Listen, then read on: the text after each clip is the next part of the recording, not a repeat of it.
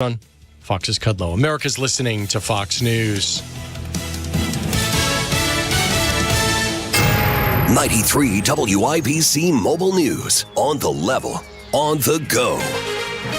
You'll know more. It's mostly cloudy and 69 downtown. I'm Kurt Darling. Here's what's trending at 9:02. The FBI will give more details later this morning on the raids it conducted in Indianapolis last week. They busted a dogfighting and drug ring. 21 people were arrested in the raids at 25 homes throughout the city. The feds say the ring had been operating in Indy for about 3 years. A conviction for a former North Central High School student who stabbed a fellow student. Harrison Silcox reports. You may remember the name Wyatt Maxey. He was arrested after stabbing a student 2 years ago who he threatened to kill during an argument on Instagram the day before.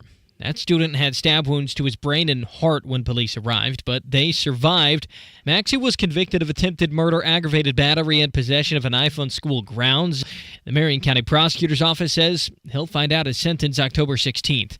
Harrison Silcox, 93 WIBC Mobile News. Groundbreaking on a massive new plant in Vigo County Wednesday. The N-Tech plant will make parts for electric vehicle batteries. Governor Eric Holcomb says that they plan to hire over 600 Hoosiers. This is economic development, economic security for sure, but it also has some national security implications when we're talking about reshoring or onshoring jobs in America. It'll be fully up and running by 2027. The governor is on his way to Japan this morning. He's leading an economic delegation where he'll meet with Japanese government leaders. This is the 16th time that Governor Holcomb has been overseas as governor.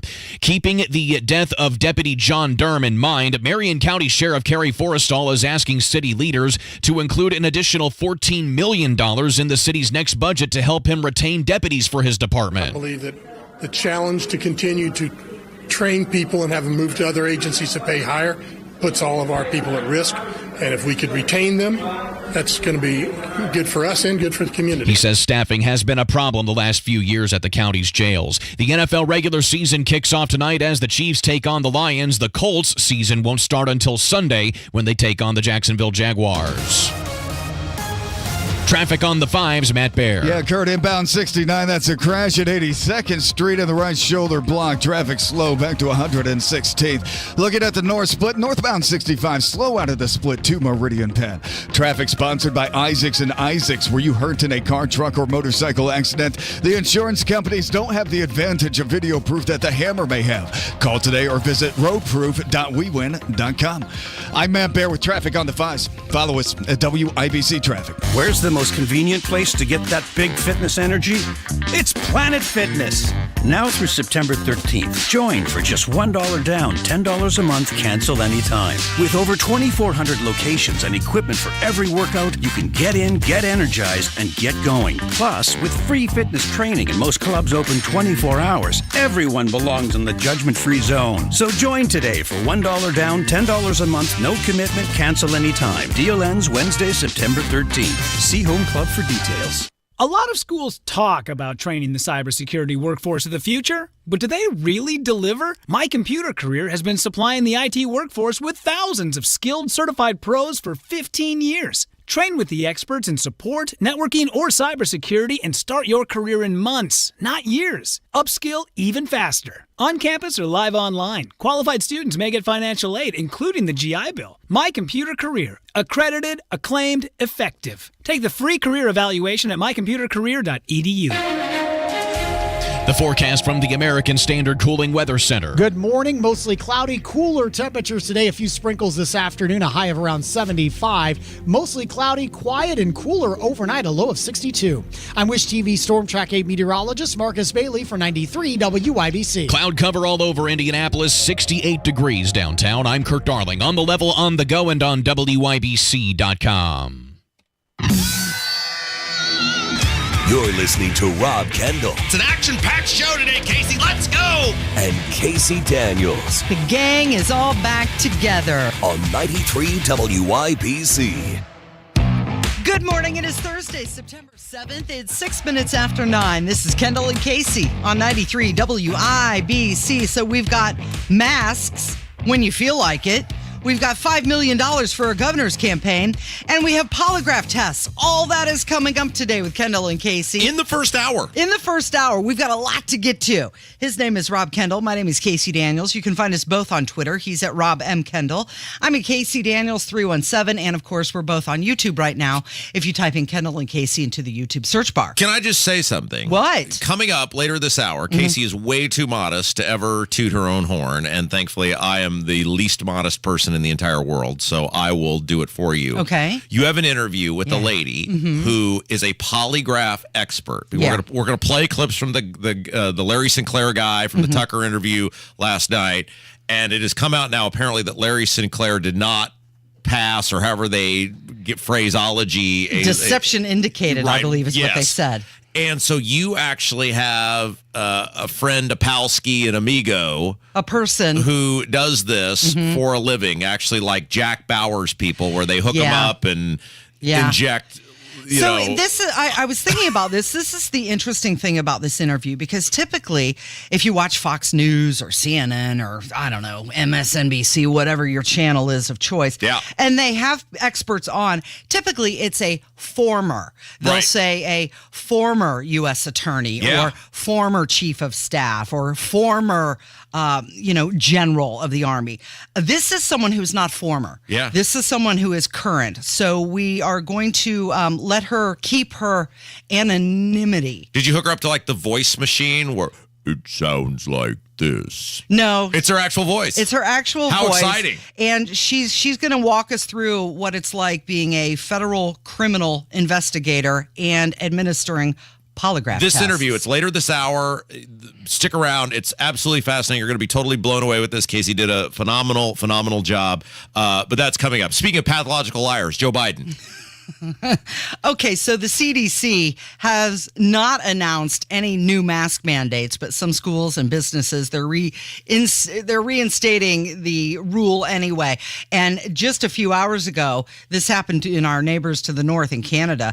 The Ottawa Hospital announced that starting September 11th, masking will be required in all their clinical areas and waiting rooms. So it's interesting.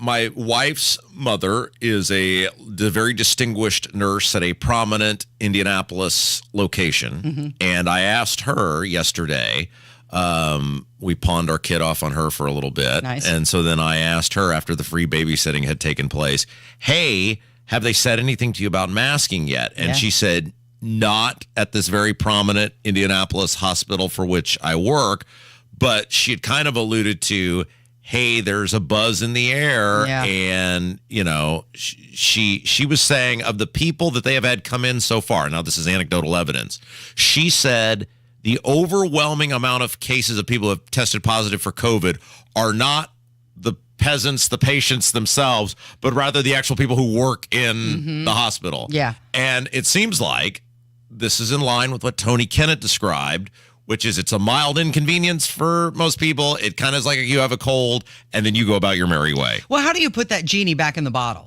I mean, at this point, everybody knows what's going on with these masks. We all see it coming. Sure. There's this election on the way. Karine Jean-Pierre, just yesterday, 2 days ago, said Joe Biden's going to be masking while indoors and around people, except for when he doesn't. Well, it's hypocrisy at its finest. Okay, so yesterday, this is just, the one thing you got to love about Biden is because he doesn't have all his mental faculties anymore, and because he doesn't know where he's at half the time or whatever, he will do and say things and just let you in on the secret. And so after this big hullabaloo about Joe Biden's positive, he's going to mask while he's near people, he walks out on stage yesterday, like without a mask on. Not like he got up to the podium and removed his mask. He is straight up in a room full of people. He does not put the mask on. He walks up to the podium and says this. Hello, everybody. Let me explain to the press. I've been tested again today. I'm clear across the board. But they keep telling me because this has to be 10 days or something, I got to keep wearing it. But don't tell them I didn't have it on when I walked in. All right? He's joking about it now, and I'd like to know who they are. Okay, I want to play this one more time because I want everybody to hear what we're about to walk through with them about this. This is so offensive on so many levels. Hello, everybody. We explained to the press.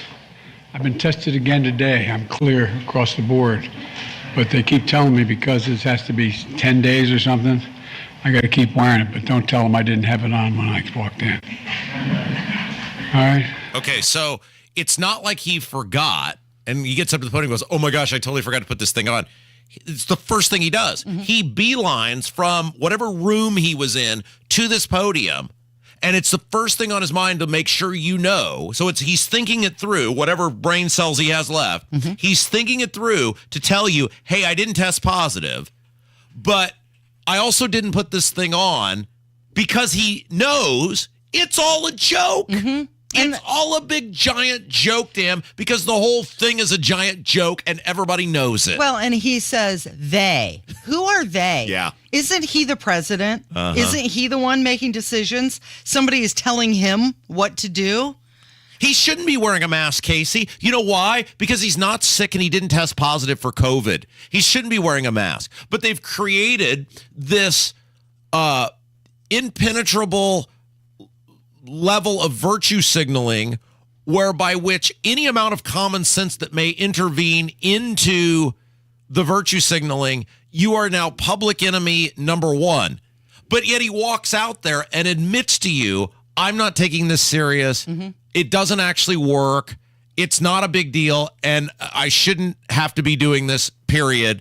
But because I am totally beholden to this lunatic left group of psychopaths, well, I guess I have to pretend. But sometimes he's when it's convenient for him. Yes. Only when it's convenient for him. And talking about things that don't work, of course, Joe Biden testing positive for COVID for the second time, despite being double vaccinated and twice boosted. Let's talk about how these vaccines didn't work, and now they're releasing a new one, and the new one is supposed to work. This one is going to work. Okay, so now let's pivot over to I'm running for governor, and I don't really have any original ideas, so I'm going to totally pander department, and Mike Braun is in the news. So he's introduced a bill to ban federal mask mandates, and this includes domestic air travel, public transit systems, and primary, secondary, post-secondary schools. Now, this bill was led by J.D. Vance in Ohio, and Mike Braun is the co-sponsor of this bill, along with Senator Josh Hawley and Eric Schmidt. And I'm really curious, is this his... I'll see Curtis Hill's no masking in Indiana, and I will raise you no masking everywhere. Yes, and here's the problem Braun has, is Braun, because he doesn't actually believe this stuff. I mean, think about it. He's been a U.S. Senator for 5 years now. And why didn't he do this before? But because he doesn't actually believe any of this stuff. Because don't forget, Mike Braun was the part of the bribe the states to shut down brigade because he voted for that initial round of legalized bribery with this money going to the states so that they could shut society down and throw money at people. He doesn't actually believe this stuff. Mike Braun's not a conservative. Look at his voting record in the Indiana State House. It's egregious. He has had no chance to accomplish anything as a senator, so this stuff doesn't matter. And he got totally caught flat-footed by Curtis Hill, who is actually the only person running for governor right now who has a track record of standing up for liberty and freedom and actually standing up to Eric Holcomb. And he saw how popular Curtis coming out saying, hey, no mask mandates if I'm governor. Well, now he's trying to play catch up. Well, he knows this isn't going to pass. He knows there's no way he's going to get 2/3 majority in the House and Senate because Biden will veto it. And so it's pandering and it's bullcrap.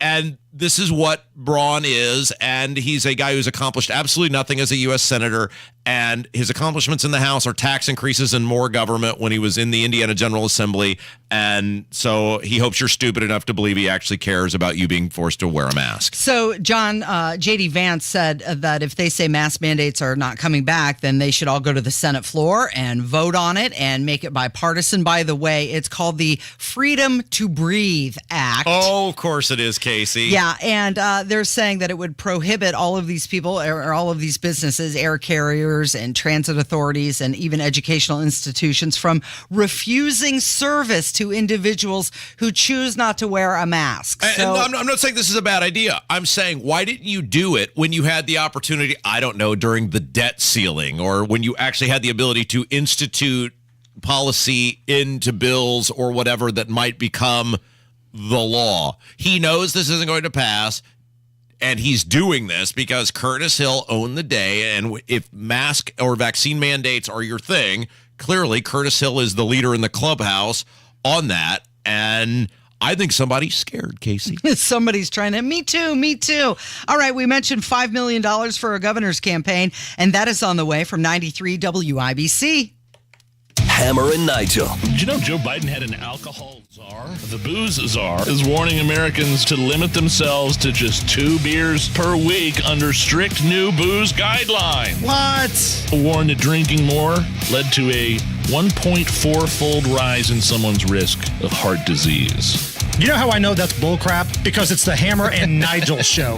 Hammer and Nigel, weekdays 3 till 7 on 93 WIBC and WIBC.com. QC Kinetics is not exaggerating when they say this. QC Kinetics can change your life. You can live again without chronic joint pain and without drugs or surgery. Tony Katz here, and QC Kinetics is advanced regenerative medicine. They take your body's own concentrated healing properties and put them right into your joint to restore and repair that damaged tissue that's causing all of that horrible pain. And unlike surgery, there's no downtime with QC treatments. If you have constant pain in your knees, hips, shoulder, or back, you need to call and get a free consultation from the medical professionals at QC Kinetics today. Call QC Kinetics and see how the latest advances in precision regenerative medicine can attack your pain and bring you lasting relief. Call QC Kinetics right now. 317-559-PAIN. QC Kinetics is in Eagle Creek, in Greenwood, and now in Carmel. Call 317-559-PAIN. 317-559-PAIN. Eagle Creek, Greenwood, and Carmel. QC Kinetics. 317-559-PAIN.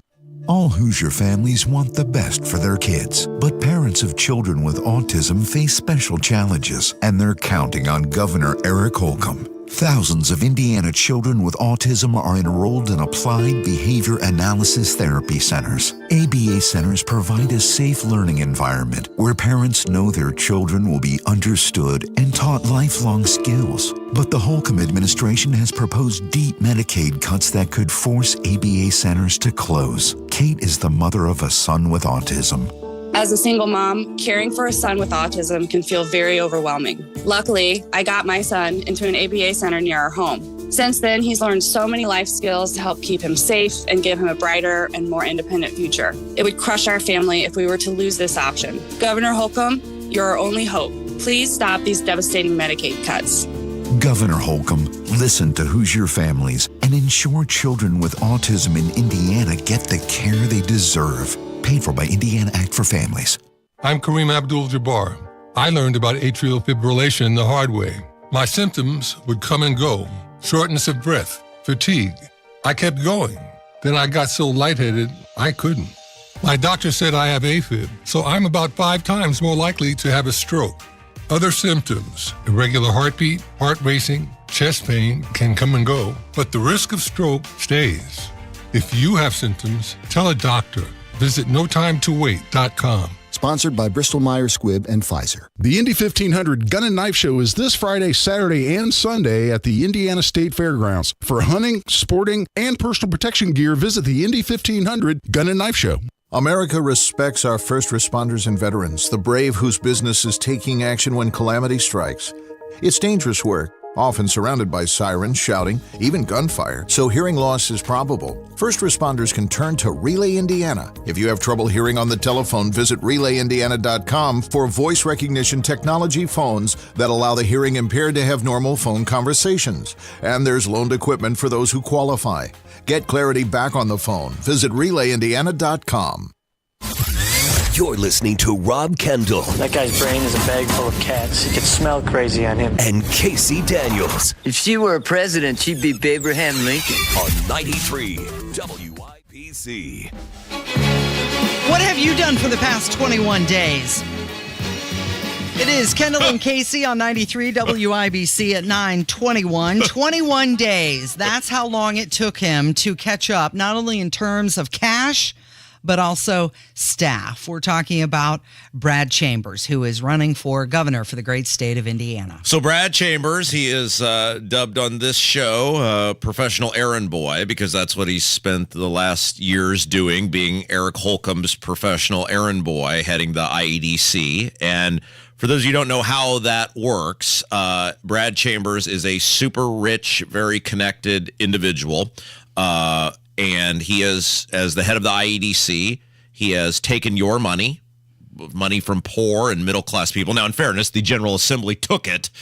He is just basically spending it and cobbling it together. So he is using money from poor and middle-class people to facilitate, as a rich, uber-connected guy, sweetheart deals and benefits for other rich, very well-connected people and corporations. And so he is Holcomb's personal errand boy. Holcomb is taking your money and helping his elitist donor lobbyist Palsky friends, and Chambers was the point guy on that. And so as a very rich, connected person, he is loaning, and we'll get to that in a second. Very important to realize. He is loaning himself $5 million because, well, who doesn't just have, what regular person, Casey, what person who is one amongst the people doesn't have a cool $5 million just laying around to play politics with? Well, am I right or am I right? Yeah. I mean, he's the founder and CEO of a Indianapolis-based real estate investment firm called Buckingham Companies. And as you mentioned, he's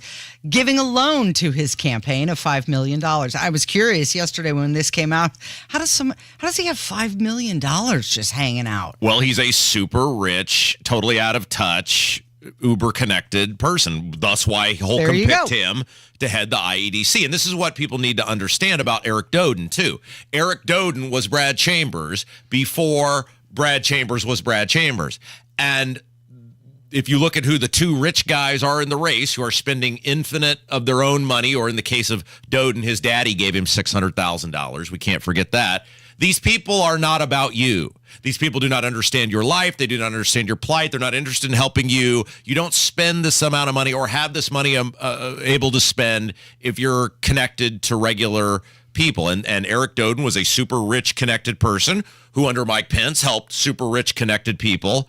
And now that has gone to Brad Chambers, and now Chambers has stepped aside to run for governor. Now, here's what's very important, because the MO on a guy like Chambers giving himself $5 million, well, gosh darn it, Casey, he loves the state of Indiana so much that he's willing to use his own fortune to, plow a better path for Hoosiers. Bull.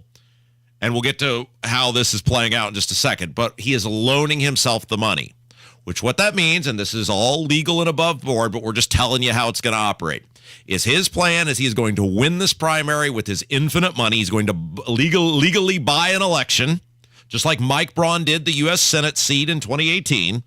And then as soon as he is elected, or is the Republican nominee for for governor, he's going to go to his rich donor lobbyist friends, many of which he has benefited, et cetera, as the head of the IEDC. And he's going to go, I'm not spending my own money on this.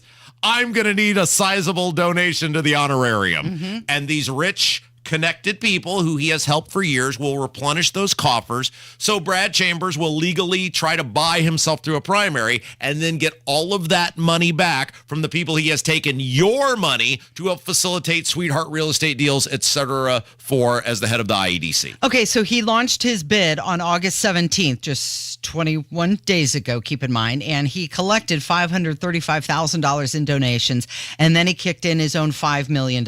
So at this point, he's up to $5,535,000, which puts him financially even, or in many cases ahead of his competitors, Mike Braun, Suzanne Crouch, Eric Doden, and well ahead of Curtis Hill, who apparently has raised about $100,000. We're going to find out, Casey, and I think we found out pretty quick, but in case people need a reminder how powerful this radio show is, because in about 1 week, look at what we did to old Silent Suzanne, to the point where she felt she had to come out with this ridiculous Axe the Tax, which has also been shredded. And that was totally in response, and they all listen, and we moved the needle here. And so we're going to start talking to you about Brad Chambers and who he is, the same way we did Suzanne Crouch, because this guy is bad news. This dude is dangerous for the state of Indiana. And if you need any further evidence, Exhibit A, Your Honor, look at who's calling the shots. Dun-da-da-da. Kyle Hupfer is the man in charge of Brad Chambers' campaign. You people better wake the hell up, and you better show up and vote right in that primary next year, because we cannot afford 4 more years of the Holcomb and Hupfer goon squad running this state into the dirt. Brad Chambers, Silent Suzanne, Eric Doden, You've got a chance to do something about it next spring, but you better wake up and you better pay attention and you better get involved, because there's a lot of really bad actors who want to keep ruining the state. Okay, well, let's just point out how deep the tentacles go into his campaign. He has named former Indiana GOP chairman Kyle Hupfer as his campaign chairman. Matt Huckabee, who is the state party's former executive director, is also a campaign manager. And former Indiana GOP spokesperson Luke Thomas is also going to be working for his campaign. So these are a lot of establishment people. You have to pay attention to who has the money and who has the message. It's like the GOP axis of evil has a line behind this guy. And boy, Casey, you want to talk about these people. Yeah, that's funny, Kurt, darling. You can laugh at that. That's good stuff right there. You want to talk about people who are totally in it for themselves and don't care about you at all and are totally willing to put their thumb on your entire existence. That is the dream team of awful that professional errand boy Brad Chambers has assembled. All right, speaking of Kurt, we've got the news coming up, and we're going to hear some clips from the Larry Sinclair and Tucker extravaganza coming up next on 93 WIBC. Say goodbye to flooded basements with the help of Justin Dorsey Plumbing. Our knowledgeable, friendly technicians can install a brand new sub pump to keep your home dry and protected year-round. Call us at 463-255-7619 and enjoy a limited-time offer of $55 off your new pump. That's 463-255-7619. Don't cry about your plumbing problems. Call today, fix today is the Justin Dorsey Plumbing way. Hey Hoosiers, it's your Congressman Greg Pence. Let's get straight to the point. Joe Biden's policies are not working for the average Hoosier. Inflation is absolutely still out of control. I'm putting Hoosier values first. Promoting energy independence, opposing woke policies, and fighting for our families is my focus. To learn more about my efforts, go to pence.house.gov. Paid for by official funds authorized by the House of Representatives. Wake up, people. You are optimizing every waking hour of your life. From carpooling kids, to work, to friends, and everything in between. You have to get sleep and a bed that can perform as well as you do. Meet the next generation Sleep Number Smart Bed. It effortlessly adjusts to your shape, position, and movements, learning how you sleep so you learn to sleep better night after night. Sleep next level, only from Sleep Number. It's the biggest sale of the year. Save 50% on the Sleep Number Limited Edition Smart Bed, plus free home delivery when you add an adjustable base. Ends Monday. 93 WIBC Mobile News. On the level, on the go.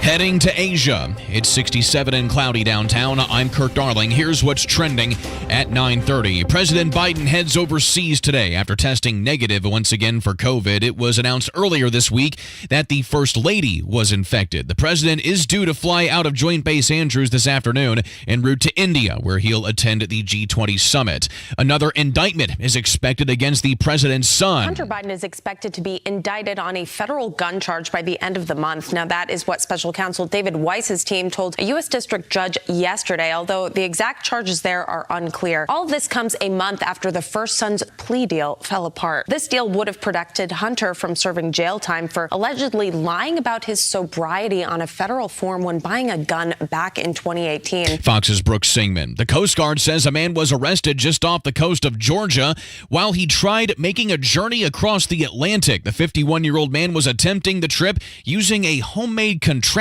known as the human hamster wheel with a goal of traveling from Florida to Great Britain. It took roughly 3 days to bring him in last week after the man threatened his own life and claimed that he had a bomb on board, which turned out to be bogus. And now the stock report. We're in the red big time to start the day. The Dow is down 89 to 34,390. The Nasdaq is down 200 to 15,199. And the S&P 500 is down 34 to 4,437. I'm Kirk Darling on the level, on the go, and on WIBC.com. Looking for a safe and accepting educational environment for your teenager? One with individualized learning plans focused on their strengths, interests, and future aspirations? Hoosier College and Career Academy is a full-time online public school focused on credit recovery and career preparation for students in grades 7 through 12. Hoosier College and Career is now enrolling, and best of all, it's tuition-free for Indiana residents. Learn more at k12.com/Hoosier. Create a successful future for your teen at Hoosier College and Career Academy. Mud will fly at the 42nd Annual Fall Four-Wheel Jamboree at the Indiana State Fairgrounds in Indianapolis, Friday, September 15th through Sunday, September 17th. Monster trucks, mega trucks, and Brazilian trucks will be in action, along with wild mud bog races. Smoke will fill the air, and burning rubber will greet those at the General Tire Burnout Contest. Also, check out top custom 4x4s in the Pro Judge Show and Shine Contest. Discount tickets available online at fourwheeljamboree.com. How would you like to free up some serious cash? Or at the very least, cut your monthly payments by $1,000 or so each month? Hey, what's up? It's Hammer here from the Hammer and Nigel Show. People are doing that every day with Loan Pronto's all-new Equity Express line of credit. Listen, your home value is way up, and Loan Pronto can help you access the equity without touching your primary mortgage. You can get tens of thousands out with very little paperwork and usually without an appraisal. With Loan Pronto, you can get $50,000 or $100,000 out right now. Pay off all of those 27% interest credit cards or your personal loans. For every $10,000 of debt that you consolidate, you can cut your monthly payments by nearly $500. Stop paying insane credit card rates. Call Loan Pronto right now. 317-953-6525. 317-953-6525 or go to loanpronto.com. Equal housing lender, NMLS 1661781, subject to lender approval. You're listening to the Kendall and Casey Show on 93 WIBC. Well, he gave me the ick factor. I don't know about you. It is 9:33 with Kendall and Casey on 93 WIBC. So Tucker Carlson released his interview with Larry Sinclair. Larry Sinclair is the man who claims to have had sexual relations with and smoked crack with Barack Obama. I love that Casey was like, oh, this guy, he's a little, kind of just gave me the ick factor. I was like, you mean the drifter, weirdo, crack smoking, random sexual encounter guy wasn't really doing it for you, Casey? Yeah. There was a big ick factor there. It's not the first time he's come out with these allegations. He first was talking about them all the way back in June of 2008. All right, so we do have a little bit of audio. So here is Larry Sinclair with Tucker last night describing his first encounter with Obama where they're snorting cocaine and he's doing stuff with him. I start to put a line on a CD tray, and I just happen to notice that he pulls something else out of his pocket. And next thing I know, he's got a little pipe and he's smoking. So I don't have an issue with it. I mean, some people smoke, some people snort. Smoking the cocaine? Yes. So as I'm doing a line, I just start, this is the part where you kind of make your move to see where things are going. So I just started rubbing my hand along his thigh to see where it was going, and it went the direction I had intended it to go. So the night became somewhat active sexually and drug-wise in the limo. So you hit on him. Did he seem shocked by that? Not at all. Yeah. I mean, if you're smoking crack with a stranger in the back of a limo, like, you got to imagine things might go crazy places. Well, not only imagine it, I look at it this way. I've done a lot of crazy things in my lifetime. I'm a pretty good judge of character, and I pretty much know whether or not I can move in a certain direction with an individual. I didn't feel that I was going in the wrong direction. I just wasn't so sure how much I could trust the individual at first. And that was probably one of my bigger concerns. But the fact that I was already becoming somewhat buzzed, you kind of throw caution to the wind. All right. My favorite part of that was at the beginning where he goes, you know, crack. Some people snort it. Some people smoke it. I see Kev just nodding like. He said he's a good judge of character, except for maybe when he looks in the mirror. Okay, so let's move on. Here he describes his second. Let me start over. This is Larry Sinclair. I mean, this whole clip, it's got me all worked up. It's so ridiculous. It's ick. He's describing his second sexual encounter with Obama after having one the night before. I got dropped off. They left. The next day was somewhat interesting because he ends up showing up at my hotel room, which I thought was somewhat weird, but he wanted some more. Mm-hmm. So when you say he showed up, he showed up. I mean, I had no warning. I was in the room. There's a knock on the door.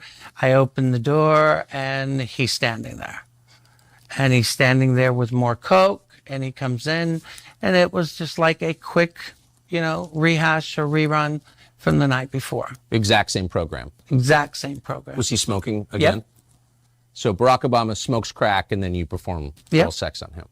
And like I said, the only reason I had come out about it is I had reached out to the campaign even in 2007, only because I saw all these kids getting excited about it. Okay, wait, so how did that end? Like, same way.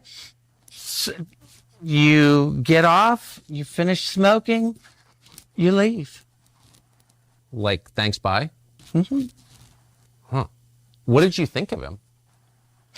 I thought it was interesting. I thought he was definitely a con. But what do you mean by that? Well, in my life at that point, you made it clear I had already been around. Yeah, big time. Yeah.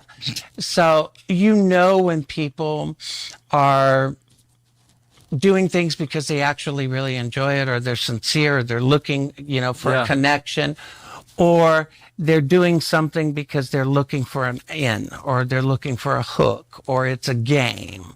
Yeah. So for me, I felt that it was a game for him. It was like, okay, what am I going to get out of it? Or is there something I can get out of it other than just, the sexual part? Right. And lucky for me, I wasn't going back to Chicago anytime soon, so it really didn't matter. So you were left with a bad taste in your mouth. Something, yeah. Tucker's reactions throughout the whole thing. I know he's not eligible for a Emmy or whatever because he's not on like technical TV. But Tucker Carlson is an A+ phenomenal performer. His reactions to this whole interview just give him all the awards. Okay, so why is this a story? Well, I think it just points out the hypocrisy of the liberals in the media, because when it comes to Trump, everything, his partners, his marital issues, it's all news for years. Obama's are hidden, and it's no big deal. And it just lets you know how they operate. All right. There's a lot of hypocrisy going on here. Is Larry Sinclair telling the truth? He took a lie detector test, and apparently he failed that. Well, it's a pass fail. Well, they call it fail, but there's what do they call it? Like levels of deception. Right. No, what? This guy is deceptive? No way. Well, if you want something stolen, go to a thief, right? Is he telling the truth? Hard to tell. But we thought, hey, you know what? When it comes to this polygraph, we're going to get an expert to help us walk through it. Yes. And we've got a federal criminal investigator. Yeah. Current one. So we're just going to call her Clarence because she still has clearance. Oh, I like that. Clarence. I like that. She's also a polygraph expert, and we're going to talk about that. Lie detector tests. Would you pass one? We'll find out coming up with Kendall and Casey on 93 WIBC.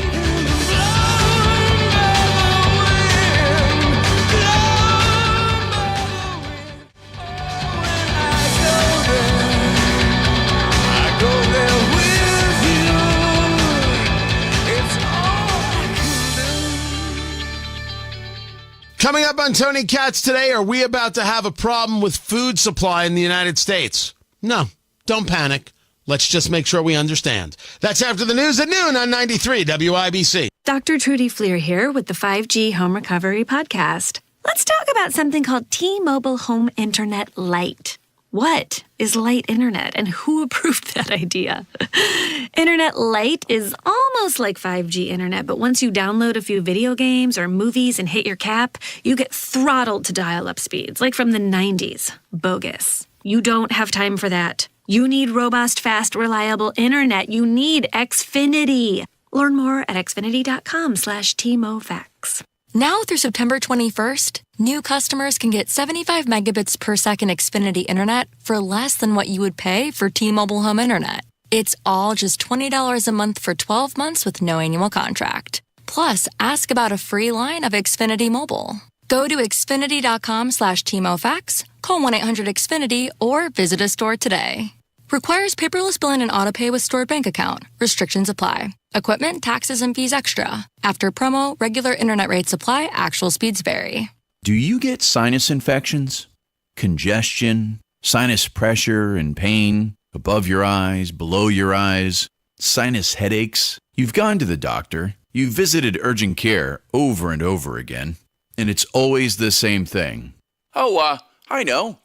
Let's try antibiotics and nasal sprays. But the sinus infections keep coming back. The good news? Relief is possible. How? A minimally invasive procedure done in the office of Indianapolis Sinus Center called balloon sinuplasty. Imagine the relief of not having to deal with your sinus infections anymore. Set an appointment today with Indianapolis Sinus Center and find out if balloon sinuplasty is the solution for you. Call 317-528-9650. 317-528-9650. That's 317-528-9650. Garage door problems? Call today for service today. Garage Doors of Indianapolis has been solving garage door problems for 33 years. Call today for service today. 875-4577. Garage Doors of Indianapolis services all makes of garage doors 24 hours a day, 7 days a week. Call today for service today. Get it fixed right now. Call Garage Doors of Indianapolis at 875-4577 or visit doorstoday.com. In the morning, call 875-4577. Service today. Hey, we're pretty social people at WIBC. You can find us all over social media. See what we're up to on Facebook, on Twitter, on Instagram, and on YouTube. We're never more than just away. Just search for 93 WIBC. 93 WIBC, it is the Kendall and Casey show. My name is Casey. Rob is here. And, we've been talking about this situation with Larry Sinclair, how he has come out and he has said that he gave $250 to Barack Obama to go buy cocaine and how Barack Obama was smoking crack. And Larry Sinclair claims that he performed oral sex on Barack Obama.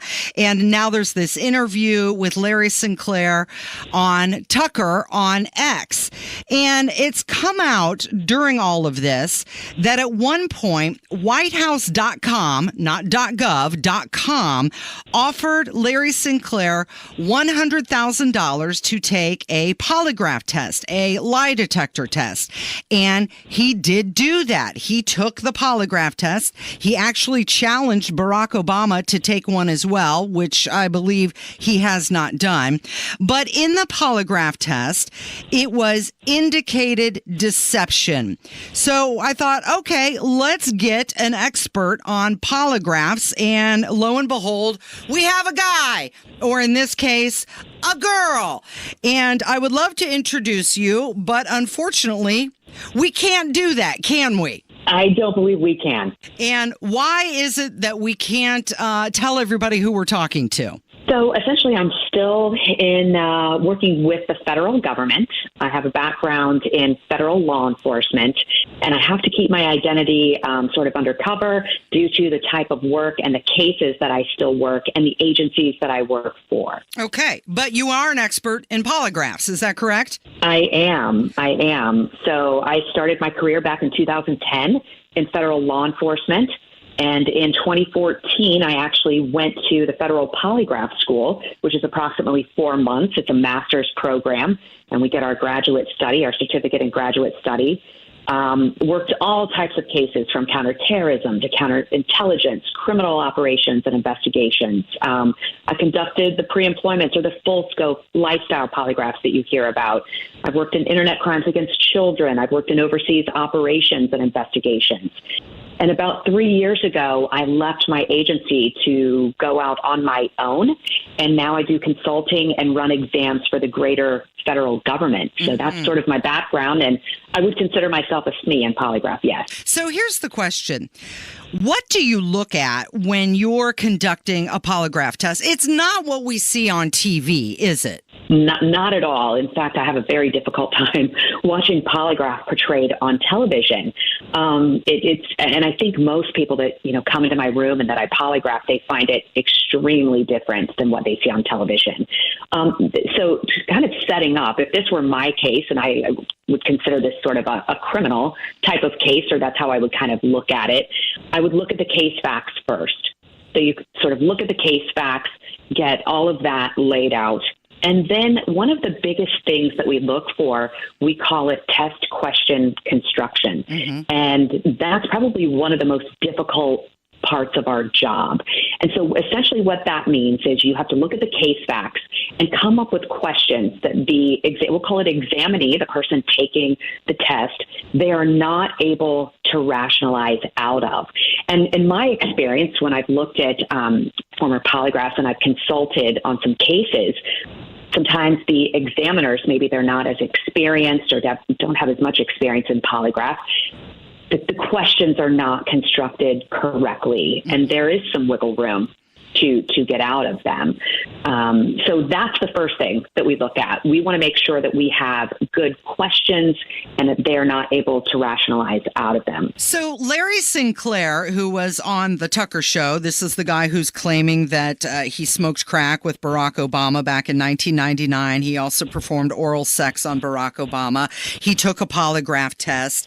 And you said that you can't wiggle out of these things. It's not like a Seinfeld episode. It's not a lie if you believe it. Do people think they can lie their way out of a polygraph, or they can pass it if they just convince themselves that they're telling the truth? Yes, you would be surprised the individuals that actually have committed terrible crimes, that they are so arrogant and so full of themselves that they do think that they can pass it. So I used to teach polygraph as well to some other federal agencies out there, kind of a Polygraph 101 course. And essentially, I described polygraph as a tool. Polygraph is a tool to gather more information or to gain a confession. However, the polygraph is only as good as its operator. And I would compare it to like my husband's drill. Now, the drill, it's a fantastic drill. When I try to use the drill, I don't do really well with it. Now, it doesn't mean the drill is bad. It just means I'm not a really good operator. So the polygraph is only as good as its operator. Okay, so you're talking about the operator of the polygraph test. And this all comes down because we're trying to figure out if Larry Sinclair is telling the truth or not. And he was administered this polygraph test years ago. And the person who did it was Edward Gelb. And this guy, he used to be the president of the American Polygraph Polygraph Association. He was the chairman of the board.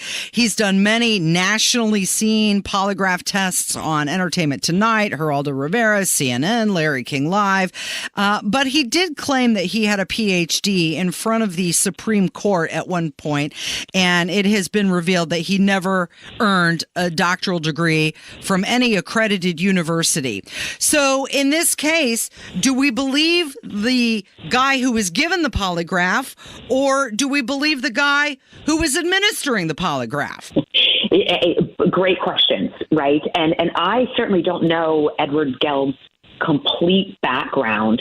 I do find it a little interesting that he claimed to have a PhD and didn't have one. So that's my first point that kind of makes me scratch my head a little bit, and maybe this is not such a great operator of the polygraph. And I'm not certain what school he graduated from. From sort of looking at his background, it looked like he maybe attended, a state polygraph school, but it doesn't appear to me that he went to the Federal Polygraph School, which we refer to as the Harvard of Polygraph Schools. Mm-hmm. Here's why this is important. A federal polygraph examiner we go to almost a full 4-month course. We live there for 4 months, and we have to get continuing education hours, 80 hours every 2 years. So we have to keep up on those. We are governed very strictly by guidelines and policies. We have second-level quality control measures in place. So we are highly governed. Now, a local law enforcement or someone who goes to just a state polygraph school, if they want to become a federal polygraph examiner, they have to go all the way back through our school as well to become a federal polygraph examiner. So that sort of gives you a little bit of an indication as to how highly trained we are compared to the state schools or some local law enforcement. Not to say there aren't some great examiners out there. I just know our procedures, our policies are really governed, and we are highly trained on all of this. And the continuing education, is in the different techniques out there. And a lot of times these other individuals are not kept up on the latest things and don't have that continuing education that it takes to conduct these. So his background is questionable to me for sure. Okay, so when Larry Sinclair, who is the guy who is saying that he smoked crack cocaine with Barack Obama and performed oral sex on him, and it is the subject of the latest Tucker Carlson show on X, formerly Twitter, his polygraph test says that it indicated deception. What does that say to you? Okay. So we use the words, so there are 3 types of results you can get from a polygraph. One would be deception indicated, and that means that this person failed the exam. In layman's terms, that means you failed the exam. Mm-hmm. The other way it could go would be no deception indicated. That means you passed the polygraph, again, in layman's terms. Now, there's this area that we call no opinion or inconclusive. That would mean that the examiner could not get the examinee to go one way or the other. Now, that means we didn't do our jobs as examiners. That's where we don't want to go in a criminal exam or a specific issue exam, what we would call this specific issue. So for me, hearing deception indicated would mean he failed the polygraph. So that means that he lied, right? Correct. Okay. When we're watching and hearing about Larry Sinclair and his claims about Barack Obama, we just have to know that he was given a polygraph. He was paid to do it, but he failed it, which means he lied at some point during the test. So that's what I'm seeing. That's the reporting that I'm seeing. Now, let me play devil's advocate over here. Yeah. Depending on the examiner who conducted the examination, their experience, their background, their credentials, the questions they asked, I could not give a good answer to you unless I actually saw the results of the polygraph, the charts. We call them the charts. Mm-hmm. I saw the questions that were asked, and I saw the examiner's credentials. That's when I could give my professional opinion as if this would be credible results, or that, yes, we can really count on this. And I will tell you, the polygraph is highly reliable. I would say probably 85% reliable when you have a good examiner and someone that is very experienced conducting the exam. We have a federal polygraph examiner on the line with us. Would love to identify her, but we cannot do that at this point. Last question for you. What do you say to people who say that polygraph tests are junk science? Yeah, I that's a tough question. I'll tell you, it's very insulting, especially if they knew our background and what we go through and the training, and it really is a science. And I would say be open-minded. I've had skeptics talk to me, and after I go over everything with them and talk to them about a science and their physiology and all the things that we look at, I think their minds are definitely changed. So be open-minded. These polygraphs work. When you have a good polygraph examiner, especially highly trained federal polygraph examiners, trust the process, trust the charts, be open-minded. It's not trash science. It's people who kind of go out there that bash polygraph are the ones that maybe didn't get their dream job, or they sat in the chair and they actually had something to hide and they didn't do well. So they love to go out there and bash polygraph. They have some sort of axe to grind. So I say, talk to a federal polygraph examiner, ask questions. Don't dismiss it as junk science. I will tell you, I've spent my entire career. I believe in it wholeheartedly. I've gotten some great confessions on some major cases. And I've also cleared people's names, which is a great day for me as well. So this is all fascinating stuff. Thank you so much for joining us today. We really appreciate your time. And I guess it's interesting, when it comes to this Larry Sinclair claims, what you want to believe, just look through all of it. It is Kendall and Casey. It's 93 WIBC. Finding great candidates to hire can be like, trying to find a needle in a haystack, but not with ZipRecruiter. Its powerful technology actively finds and invites qualified candidates to apply to your job. So while other companies might deliver a lot of hay, ZipRecruiter finds you the needle in the haystack. See why 4 out of 5 employers who post a job on ZipRecruiter get a quality candidate within the first day. Try ZipRecruiter for free at ZipRecruiter.com/free. That's ZipRecruiter.com/free. Guy Relford here. Time again for the Indy 1500 Gun and Knife Show this coming weekend at the State Fairgrounds, Friday, Saturday, and Sunday. There's never been a more important time to exercise our rights as true Americans. It's the Indy 1500 Gun and Knife Show. See the best in sporting, hunting, and personal protection gear, plus great displays of Americana. Come see us this weekend at the Indy 1500 Gun and Knife Show, Friday 2 to 7, Saturday 9 to 6, and Sunday 9 to 4. It's the Indy 1500 Gun and Knife Show. See you there. Hey, it's Jesse Kelly. When a restaurant closes, my reaction is, that sucks. They had good steak. When regional banks close, or 3 of them close overnight, it freaks me out. This is why I have my own personal gold reserve. It's part of my personal protection plan. Call my friends at Oxford Gold Group. Call 833-404-GOLD. 833-404-GOLD. That's 833-404-GOLD. Is your Generac home standby generator ready for the next outage? Are you overdue for annual maintenance? Schedule an inspection today with Generator Supercenter and ensure your Generac generator is ready when you need it most. GeneratorSupercenter.com. This summer of fun is brought to you by Citizens Energy Group, reminding listeners to water their lawn only twice a week. Get more info at citizensenergygroup.com/waterwise. That's citizensenergygroup.com/waterwise. Get 3 rooms of carpet clean starting at $139 and a free hallway too, and $50 off air duct cleaning with Zero Res. Schedule online at zeroresindy.com. Coming up in 2 minutes, the feds will give you more details later this morning on the raids they conducted last week. Plus, Ryan Hedrick reports on what the sheriff is asking of city leaders and a concerning attempt by 2 gang members in a small Indiana town. I'm Kurt Darling. That and more coming up from the Peterman Brothers Heating, Plumbing, and Electrical Studios. You're listening to 93 WIBC, WIBC HD1 Indianapolis. It's 10 o'clock. Big plans for Hunter Biden. Fox News, I'm Therese Crowley. The Department of Justice announcing it plans to hand down an indictment to the son of President Biden.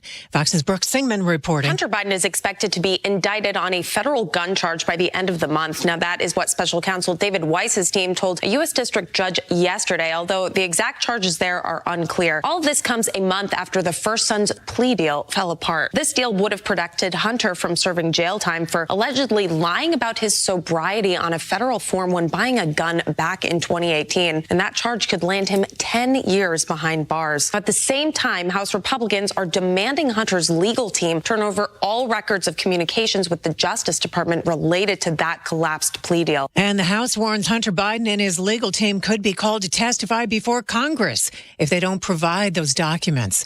President Biden set to depart for the G20 summit in India this afternoon, COVID test permitting. President Biden hoping to make the G20 summit more than just a photo op. Biden will spend 3 days in India at the annual meeting of the world's 20 largest economies. Biden wants Congress to spend over $3 billion in new financing for the World Bank to bring so-called Bidenomics to the world, which includes new infrastructure and climate change projects. 2.3 billion people, nearly a third of the world, still cooks meals over open fires and basic stoves. Biden also wants Congress to spend more than $21 billion to support Ukraine. Fox's Lucas Tomlinson. But even as oil prices are surging, the Biden administration abruptly canceled 7 oil and gas leases in Alaska's Arctic National Wildlife Refuge that were approved under former President Trump, also proposing stronger protections against development in the National Petroleum Reserve, 13 million acres. Biden administration surprised environmentalists this year by approving the Willow Oil Project. Alaska will appeal the blow to its energy economy. America's listening to Fox News.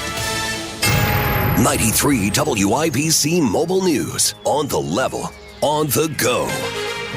What they plan to talk about. It's 68 and cloudy on Monument Circle. I'm Kurt Darling. Here's what's trending at 10:02. A press conference happening later this hour as the FBI plans to release more details on just what they found in a series of raids throughout Indianapolis last week. They busted a drug ring that was also involved in organized dogfighting. 21 people were arrested. The Sheriff's Department in Marion County is asking for help from city leaders as they consider how much they will spend in the city's budget next year. I'm Ryan Hedrick. The Marion County Sheriff's Office says it's down 200 people. Market rate salaries continues to be the number one goal. Chief Financial Officer Callan Carr told the City County Council on Wednesday that if the Sheriff's Office isn't properly funded, they'll continue to lose good candidates to other counties. Ryan Hedrick, 93 WIBC Mobile News. A huge investment in Vigo County means hundreds of Hoosiers could be getting jobs. EV battery parts maker Entech is building a massive facility that will employ over 600 Hoosiers once it's fully up and running. To have the corporate flag, Entech's corporate flag, planted right here in this field of dreams is going to be a field of reality pretty soon for a lot of Hoosiers that are going to go to work here. Governor Eric Holcomb says the investment will be big for Indiana's economy and for the national security of the U.S. Holcomb is on his way to Japan today. He's leading an economic delegation that will meet with Japanese government leaders. There's growing concern about who towns may be hiring as their town marshals. In East Germantown, leaders in the Wayne County town recently rejected an offer from 2 men who walked into a town council meeting offering their services cheap to start a police department. A couple of months after that, they were pulled over in Henry County, and Sheriff John Sproles tells Wish TV. One of those guys happened to be a guy that we were watching who is a known gang member trying to infiltrate, and he was one of them. They were arrested for impersonating cops. Sproles says that the gang has a history of trying to finagle their way into small-town police departments. I'm Kurt Darling, on the level, on the go, and on WIBC.com. How would you like to free up some serious cash? Or at the very least, cut your monthly payments by $1,000 or so each month? Hey, what's up? It's Hammer here from the Hammer and Nigel Show. People are doing that every day with Loan Pronto's all-new Equity Express line of credit. Listen, your home value is way up, and Loan Pronto can help you access the equity without touching your primary mortgage. You can get tens of thousands out with very little paperwork and usually without an appraisal. With Loan Pronto, you can get $50,000 or $100,000 out right now. Pay off all of those 27% interest credit cards or your personal loans. For every $10,000 of debt that you consolidate, you can cut your monthly payments by nearly $500. Stop paying insane credit card rates. Call Loan Pronto right now. 317-953-6525. 317-953-6525 or go to loanpronto.com. Equal housing lender, NMLS 1661781, subject to lender approval. You're listening to Rob Kendall. It's an action-packed show today, Casey. Let's go! And Casey Daniels. The gang is all back together. On 93 WIBC. Good morning. It is Thursday, September 7th. It's 5 minutes after 10. You're listening to Kendall and Casey on 93 WIBC. We appreciate you joining us this morning. His name is Rob Kendall. My name is Casey Daniels, and we're both on YouTube right now. If you type in Kendall and Casey into the YouTube search bar. Hey, big announcement. You know, Night with WIBC? Yes. Sold out. Wait, what? Sold out, baby. Wait. You're telling me A Night with WIBC is sold out? Yeah, that's what I said. Now, that's so weird, Casey, because we are told all the time, especially from the overachievers down the street from us at 200 West Washington, no one listens to your show, you have no influence, no one wants to be around you, but you're saying people are paying money to hang out with us. Yeah. To the point we sold out, and this is the 4th year in a row we sold out. Well, I don't know if they're paying money to hang out with you. I've been told that they're paying money to hang out with Tony Katz. We should, maybe we'll do that during A Night with WIBC. How many people, and when we go out on stage. We'll get a vote? Yeah, we'll have a show of hands in the audience. And we'll actually put that to the... Let's be honest. We all know they're coming to see Hammer and Nigel. Absolutely. As they should. But yes, we want to thank everybody who has once again purchased tickets. We will do our best to not let you down. It'll be a night of fun and frivolity. Kev will be there accepting all the free drinks you can sling his way. Our goal, because we always incorporate Kev into the show. Yeah. Last year, Kev was actually the star. If you recall, we did hate mail. Yeah. And Kev read the hate mail. He did a great job. It was a big deal. Oh, it was great. Kev was the best part of the whole show. Sweet, innocent Kevin reading just vicious, vile hate mail. And so we will be incorporating Kev into the show again this year. And I think we should get Kev as sloshed as we possibly can and then roll him out on stage. See if he can. But, Rob, I can't even walk. It'll be fine, Kev. Yeah, Go. look like Joe Biden. Go. Yeah, it's going to be pretty wild in the green room. Yeah, we're used to it. Hey, let's talk about what's going on with Donald Trump. Legal scholars are seeking to keep him off the 24 ballot in several states. They're arguing his link to the January 6th situation disqualifies him from running for re-election, even if he is not convicted of a crime. Now, these legal experts are citing Section 3 of the 14th Amendment. And the provision, it's meant to keep anybody who participated in that event from ever holding office again. Donald Trump should simply not talk to anyone. And I know I'm realizing you might as well say, Rob, we should simply just land humans on Mars and let them roam around and colonize the place. Like, it's just not possible. So I realize what I'm saying is not possible. Donald Trump is incapable of not talking. And I say this because every time Trump talks, especially in an interview format, if you want to keep doing the rallies, that's somewhat harmless engagement because he's such a weeble wobble and, you know, all over the place and look a squirrel that he just ping pongs around. But when he does interviews, he will do interviews with people who are not always, even if they're not anti-Trump, they want to get something out of him to make themselves look better. Trump. Yeah. Like, and he just, I've never thought, other than the interview he did with me. Of course, which was a great dream. His words, not mine, Casey. Yeah. Look, I just asked the questions. Yeah. He also, you left off, and I know you didn't do this intentionally, that it was terrific. Oh. And he wished every interview could be just like Yes. this. And I know you didn't do that intentionally. No, I know you of were course not meaning to in any way besmirch the magic of the moment that we had together. But my point is, I've never felt that Trump does well in interviews because part of Trump, a big part of Trump, is the salesman. And the salesman needs an uninterrupted platform by which to sell you the product. Like you think of the elixir salesman back in the heyday. Yeah, it was complete bullcrap, but they were on the stage. They were above everyone else. You, sir, look like you need fill in the blank. Why, step right up. There was no person counteracting the elixir salesman telling someone to step right up. And that is Trump. He is the step right up guy. But when someone's pushing back, step right up, doesn't work. Okay, so he's facing 91 charges across 4 jurisdictions, 4 federal felony charges in D.C., 40 federal felony charges in Florida, 13 state felony charges in Georgia, and 34 state felony charges in Manhattan. And guess what? In one of those, he says he's going to testify in his own defense. Yeah, so he went on with Hugh Hewitt yesterday, and look, we're going to play it for you, and you can decide if you think this is a benefit to him or not. I think it's just ridiculous, but I'll leave it up to you. If you have to go to trial, will you testify in your own defense? Oh, yes, absolutely. You'll take the stand. That I look forward to, because that's just like Russia. That's all the fake information from Russia. Remember when the dossier came out and everyone said, oh, that's so terrible. And then it turned out to be it was a political report put out by Hillary Clinton and the DNC. They paid millions for it. They gave it to Christopher Steele. They paid millions and millions of dollars for it, and it was all fake.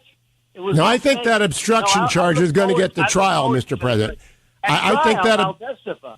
Okay, if you do, and they ask you on the stand, did you order anyone to move boxes? How will you answer? I'm not answering that question for you, but I'm totally covered under the law. Okay. If you read the Presidential Records Act, just read it. You take a look at it. I'm totally covered under the law. It's a civil act. It's civil. Now, Biden had no civil act. The things he did are criminal. But he doesn't have a deranged person on his case. You know, they gave me deranged Jack Smith. There's a major problem. Okay, let's first of all start. There's a major problem with Trump testifying at a trial because, and he is not doing this maliciously. It's just like who he is in his DNA, the same way as Kevin has blonde hair. It's just, the way you were created. Trump will exaggerate, not for malicious effect. That's what he does, right? It's just like when he's talking about the polls. Again, it's the elixir salesman, step right up. Mm-hmm. I mean, it's just who he is. He just will say things without thinking them through, which is fine if you're on The Apprentice, or it's fine if you're in a political rally. It's all okay. It's part of the shtick. It's part of the spiel. It's part of let's go see the incredible King Kong talk politics. But if you do that in a court of law, you will have perjured yourself, whether you meant to do it or had any ill intent or not. And I am very, very concerned that if Donald Trump takes the witness stand, he's going to start, rather than just answer the question, he's going to start interjecting opinions and everything else into the equation, and it is not going to end well. So really, I mean, look, I am of the school that if you are on trial for your life, which a man his age essentially is, then you should make the job of your attorney as easy as possible. And there's nothing you telling Hugh Hewitt is going to make his job easier. It's like Alec Baldwin doing that interview, right? Yeah. That interview was horrible for Alec Baldwin because it got him on the record of saying something that simply science says it appears could not have happened. Well, it's really similar to the Hunter Biden interview on Good Morning America, where he was saying that he doesn't know why he was on the board of Burisma. He didn't have the skill to do that. That could come back and bite him in the butt. Or, okay, so there's that side to it. There's the other side, and I call it the Animal House approach, which is, remember in Animal House at the end where they say they're debating, should we, storm the parade or whatever else? And they finally just go, they're going to get us no matter what else we do. It's when they have the toga party. Mm-hmm. Yeah, that's what they say. Well, they're going to kick us off the campus no matter what else we do. We might as well go out with a bang. Mm-hmm. Well, if you're Trump and you're saying, well, they're going to convict me no matter what I do, I might as well just burn the thing to the ground and go out in style. Okay, then I guess maybe. But man. It's a big difference, though, between a toga party and facing jail time. Yeah, it's a big difference. Yeah, quite eloquent with the words there, Casey. It's a big difference between Dean Wormer kicking off the campus and going to federal prison. Yeah. So there's a former director of information technology at Mar-a-Lago who's not going to face any criminal charges because he is cooperating with Jack Smith. And this is, look, I mean. Trump employee number 4 is turning. Yeah, it's yikes. All right, there's more from this interview that we'll get to next hour. He talks about debating Meghan Markle. When I saw this, I was shocked because Rob put on the template, claims he would love to debate Meghan. I thought, Meghan?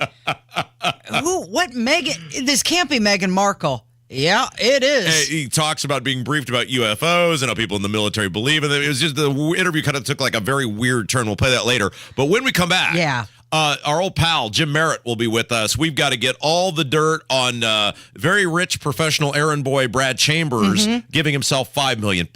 You've got the Goon Squad, Hupfer and Marty and Jen and all the Good Time Fun gang. And will silent Suzanne find her voice? Yes, with so much with the governor's race, big drama. We'll talk about it. It's coming up with Kendall and Casey on 93 WIBC.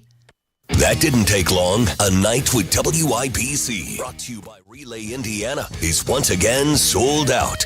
One night only. Tony Katz. I avoid the use of the words dumb and stupid. Kendall and Casey. Just strapping you in. Go for it. Hammer and Nigel. Loud, it's chaotic. And special guests. It'll be informative. It'll be funny. It won't be PC. Didn't get your ticket? Register and win the few we have left online at WIBC.com. It's Thursday. Sunday's going to be here before you know it. And this Sunday, if you're feeling called for something different, maybe a new church home or even a first church home, the folks at Life Church would love to meet and welcome you and your family. We've talked so much over the past year about the great impact Life Church has had on my life, my family's life, and they would love for you to see them, see everything, all the awesome things happening at Life Church in person. Campuses in Noblesville, Fishers, Eagle Creek, and Pendleton, in addition to awesome online services. Learn more about it all, lifechurchin.com.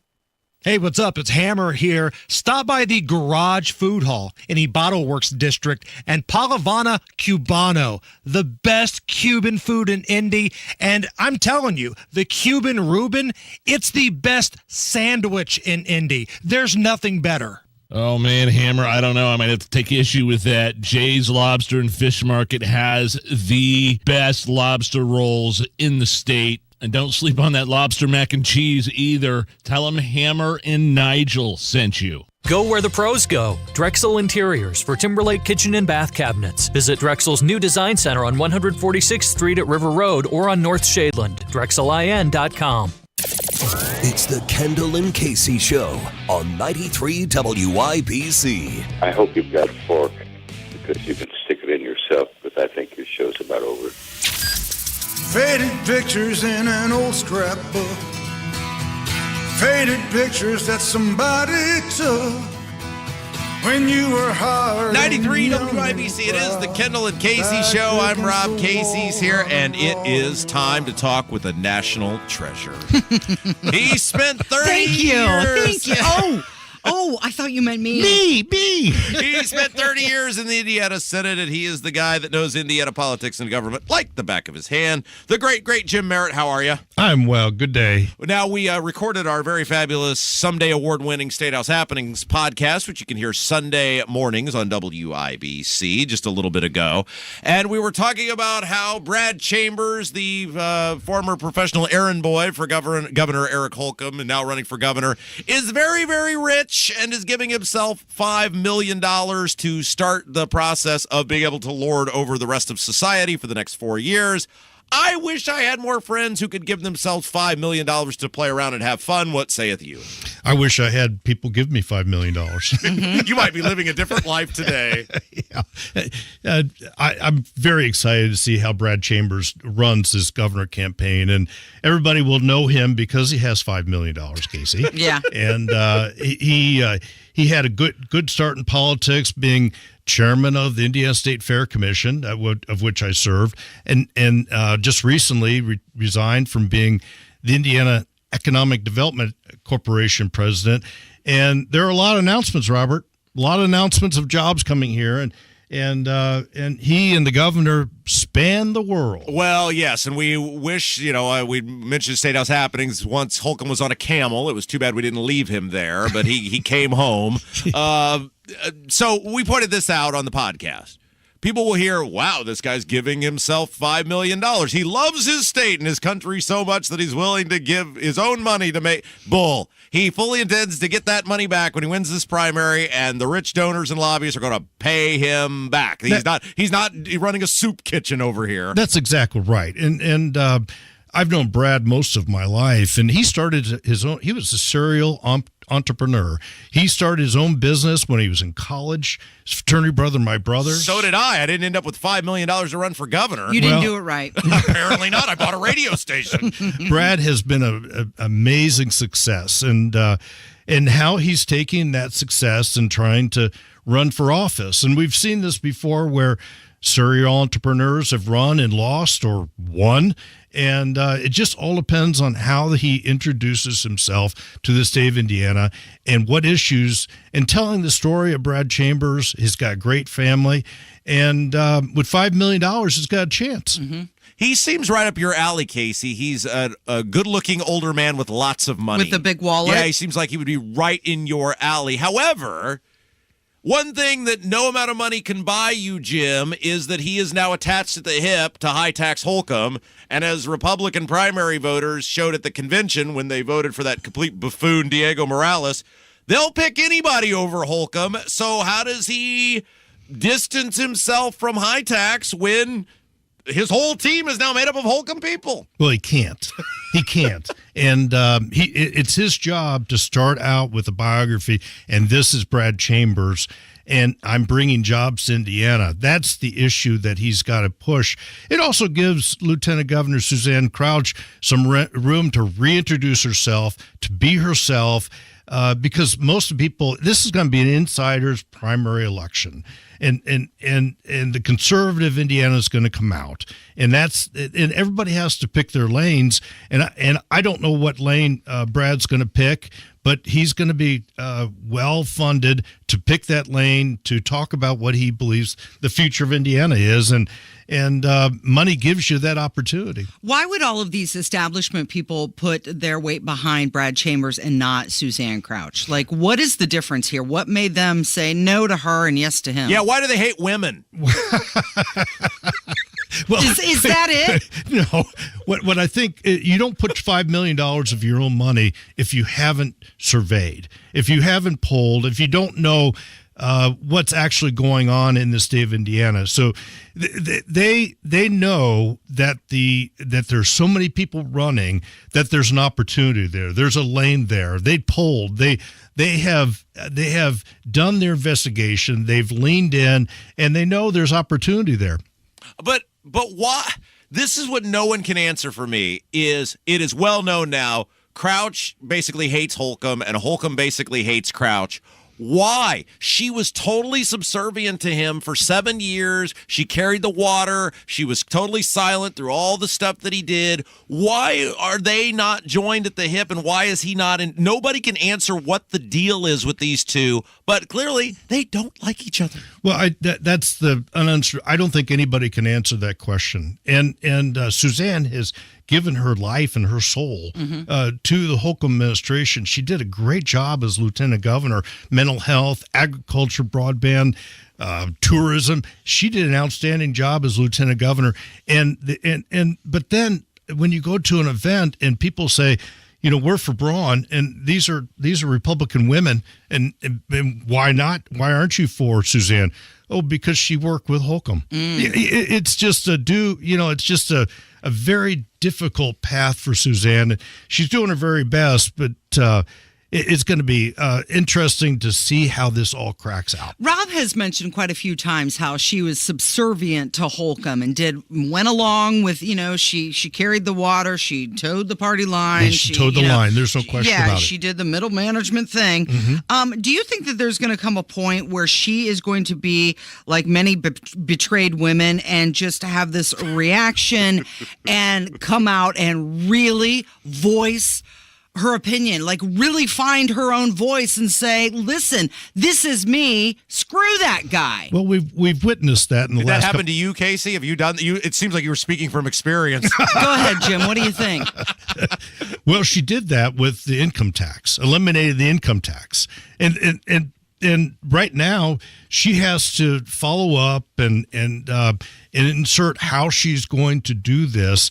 And to me, that's a new lease on life for her, because the Holcomb administration never tried to do that. Now, that lane is very difficult, because if if the income tax was if we were able to eliminate the last 30 or 40 years, we would have done it. And it's very difficult to do. There's a committee that's looking at it here. I think if it were me, I would get in front of the results of that committee, of which they're not finished, and it'll take a couple of years.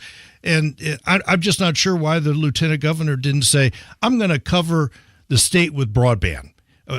This is about jobs. It's jobs. It's something I've worked on. It's health care.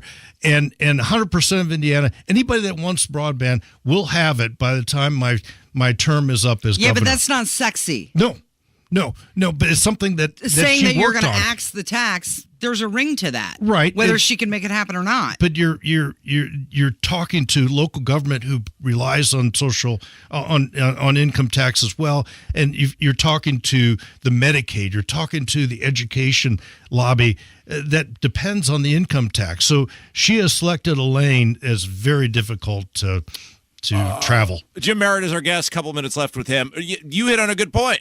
Her whole campaign has been Mayor so-and-so endorses Suzanne Crouch and County Councilor so-and-so endorses Suzanne Crouch. Well, she's basically, because, look, these people in local government, so many of them, they live for the money to come to local government. Don't get fooled by, they're a Republican. Don't matter. They spend just like Democrats. They're totally addicted to money. And she's going to honk a lot of those people off by taking away their money. Well, yeah, and that's going to be really difficult row to hoe, and I'm it'll be quite interesting to see how all this happens, and Curtis Hill is smiling today because his lane is conservative. Mm-hmm. His lane is law and order, and no one's going to get into that lane, and so there are a lot people out there, all the candidates, 6 I think, that are going to be all around Indiana talking about the future of Indiana. It just all depends on what sticks. Okay, so we opened up the show at 9:00 with the topic of Mike Braun. Now he's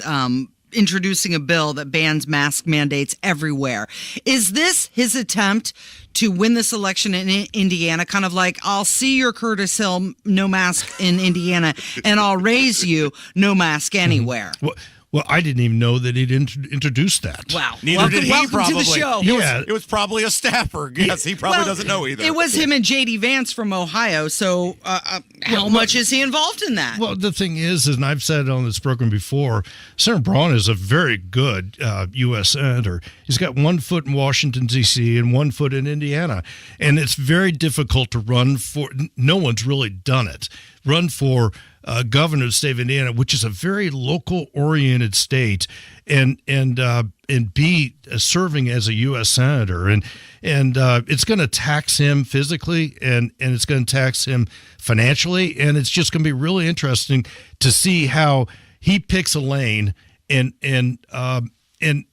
I think that Curtis Hill made so much more of an impact on his mask mandate question that he was going to eliminate it because he had the experience in the Attorney General's office that we all knew back then, and he's going to talk about that, and it's going to make so much more impact. We gotta have Suzanne on, Casey, if she will agree to just blister Holcomb for an hour. I bet she would at this point. At this point, Suzanne, we know your people hear our voice on a daily basis. If you agree to come on and blister Holcomb, she for needs to reintroduce herself. We'll play a giant game of whack-a-mole. We'll put our differences aside for 1 hour, and we will give you 1 hour of very valuable airtime to rip the hell out of Eric High-Tax Holcomb. You know what? Before Jim leaves, I want to ask him this question. Why are the Chambers people, or rather the Holcomb people, why are they getting behind somebody like Chambers instead of someone like Braun, who currently is a politician for this state? Mm-hmm. They see opportunity.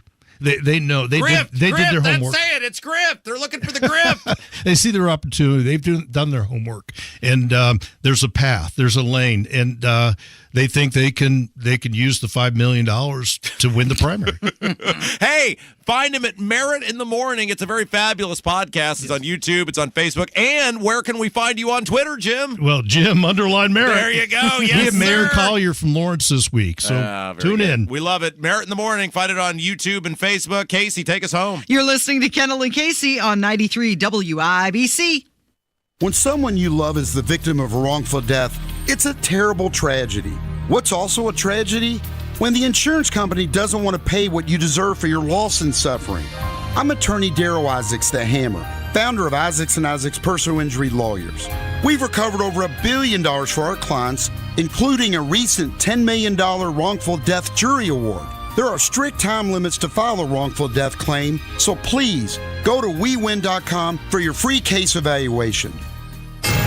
93 WIBC Mobile News. On the level, on the go. Trying again. It's 67 and cloudy downtown. I'm Kurt Darling. Here's what's trending at 10:30. An indictment expected to be handed down to Hunter Biden soon. The White House and Hunter Biden thought his legal woes were behind him. He was going to walk into that courtroom in Delaware, cop to that plea deal, and put this whole thing behind him. Now, that didn't happen, of course. The judge pulled on that thread, and the whole thing fell apart. Now, David Weiss has been named special counsel, and in a new court filing, he says, quote, "The Speedy Trial Act requires the government to obtain the return of an indictment by a grand jury by Friday, September 29th, 2023 at the earliest." So another indictment is expected for Hunter Biden on that gun charge. Fox's Lucas Tomlinson. Actor Danny Masterson is scheduled to be sentenced this morning in Los Angeles. The 47-year-old former star of That 70s Show was found guilty in late May on 2 counts of rape. The jury couldn't reach a verdict on a third charge. Masterson was accused of drugging the women's drinks so he could rape them. I'm Kurt Darling. On the level, on the go, and on WIBC.com. Finding great candidates to hire can be like, well, trying to find a needle in a haystack. Sure, you can post your job to some job board, but then all you can do is hope the right person comes along, which is why you should try ZipRecruiter for free at ZipRecruiter.com/free. ZipRecruiter doesn't depend on candidates finding you. Its powerful technology identifies people with the right experience and actively invites them to apply to your job. You get qualified candidates fast. So while other companies might deliver a lot of hay, ZipRecruiter finds you what you're looking for. The needle in the haystack.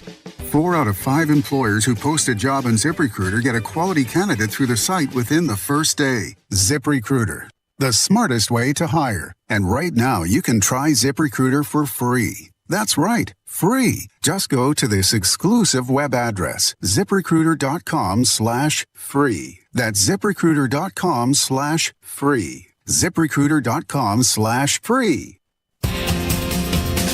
Indiana adventure is near.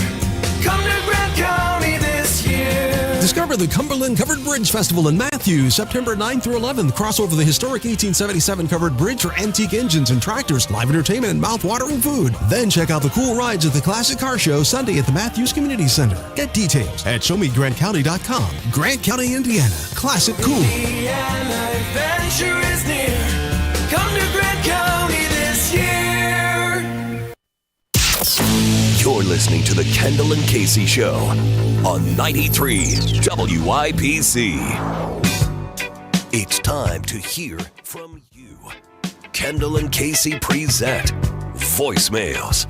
Brought to you by QC Kinetics for non-surgical regenerative medicine treatments at 317-559-PAIN. I'm so sorry you have just reached my answering machine. Here we go. It is that portion of the program where we turn it over to you with your voicemails. The phone number, if you'd like to contribute, 317-684-8444. It is 10:33 with Kendall and Casey on 93 WIBC. We did the story yesterday about the woman who went to the Golden Corral buffet and filmed herself on the TikTok. And somehow was able to stay in the Golden Corral buffet for 12 straight hours and eat the entire time without ever being charged for anything additional. So she paid the $12 for breakfast and then stayed, I believe it was from 8:30 to 8:30 and just filmed herself eating all day. And it sparked we had Hammer come back in here because he is the buffet expert. And that sparked a call from our old pal, Trucker John, because he is also familiar as a truck driver with a good buffet or two. Hey, Trucker John here. Heard the deal about the lady at the Golden Corral. I have done this before. Back in, before COVID, truck stop buffets were a big thing, and there'd be times I'd be stuck over the road at the same truck stop for a whole weekend. I'd go into the buffet in the morning. I'd just sit there with my laptop and my phone and just hang out all day and eat all day on one payment of $10. It was great. In fact, one time when I was a kid, me and my mom went to this place called Smorgasbord in Virginia, and we stayed there all day. Yeah, I don't know, it was a memory thing, but yeah, it's not it is uncommon, but of course at one point I reached 310 pounds, so maybe it wasn't a great idea. I'm not 300 anymore, just saying, but it happens. Y'all have a good one. I wonder as a trucker if he's ever had to eat out over the holiday. Like I know a lot of truckers, driving over Thanksgiving. Like, has he ever done Cracker Barrel Thanksgiving dinner? One of the things I really enjoyed when I spent part of my life every couple weeks driving across the country to the Atlantic Ocean and back from Indiana was I would play little games with myself to try to pass the time. Mm-hmm. And it's interesting, and you don't realize this at the time, and I'm sure because you have worked in many places across the country, but when you're doing something like driving across the country, or in your case, when you were moving from one market to the next, as you're venturing and you're traveling into the kind of the unknown, you're literally learning and you're developing the thoughts and beliefs and principles and everything else that will shape you for your entire life. Because when you drive that much, Mm-hmm. and I was in my early 20s when I was doing this, you have nothing but yourself. Right. And this was hey, everyone has an iPhone and everything's on MP3. And so your entertainment is if you had CDs or your whatever local radio stations you could pick up. And so I would play little games with myself to try to pass. It would be a 12-hour drive. And one of them was to try to, see how fast I could do it sometimes while obeying reasonable, applicable motor standards. Sure. But so I would try to see, hey, could I beat it by 2 minutes this time? So we're talking like sprinting to get your gas, sprinting back to the car, using the restroom only when it's absolutely necessary. The other thing I would do is I would try to find the cheapest gas, and I would plot the course and see how cheap I could do the trip. And the other thing I really enjoyed when I wasn't pressed for time was going into these various truck stops. Now, I'm not talking like a Flying J, which is some national brand that everybody knows, but you will find these various places that would have either a restaurant inside or a restaurant connected to it, and see and watch the people interact in and around these sort of like local family type places. And man, these trucker guys, they love their food. Yes, they do.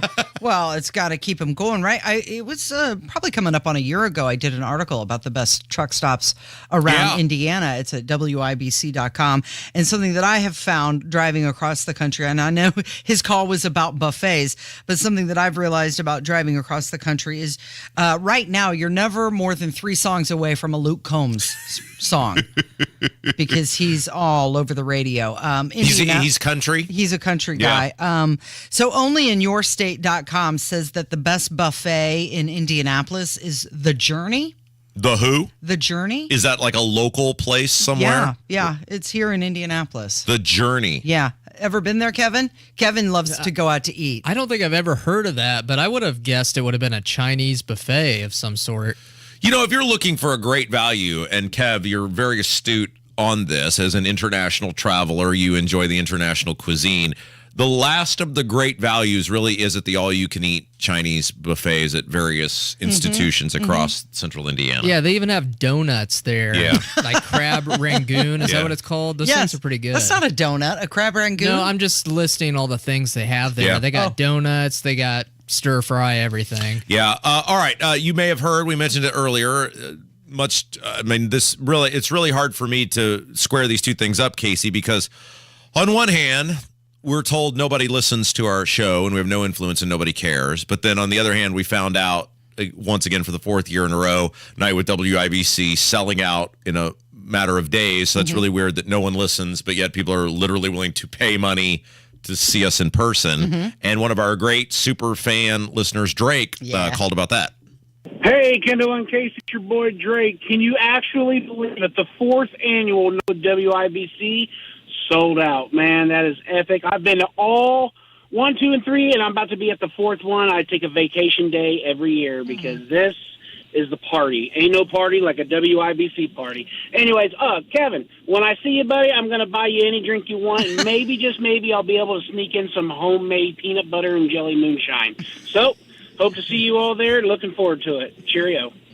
I think that's what I need to get through the show. Some moonshine. Drake bringing in the contraband. Did you see he posted something on Twitter? Yes. It was pretty amazing. I reposted it if you want to check it out at Casey Daniels 317. We love Drake.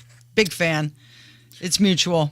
All right, so Hammer's going to join us next, and they apparently interviewed the mayor of Beech Grove yesterday. And we don't do this very often, but somebody called, and I don't know why they called us, but they called us to leave a message for Hammer and Nigel about the interview they did with the mayor of Beech Grove yesterday. Okay. And this guy was not happy. So we're going to extend the voicemails into the Hammer segment. All right. He joins us next with Kendall and Casey on 93 WIBC.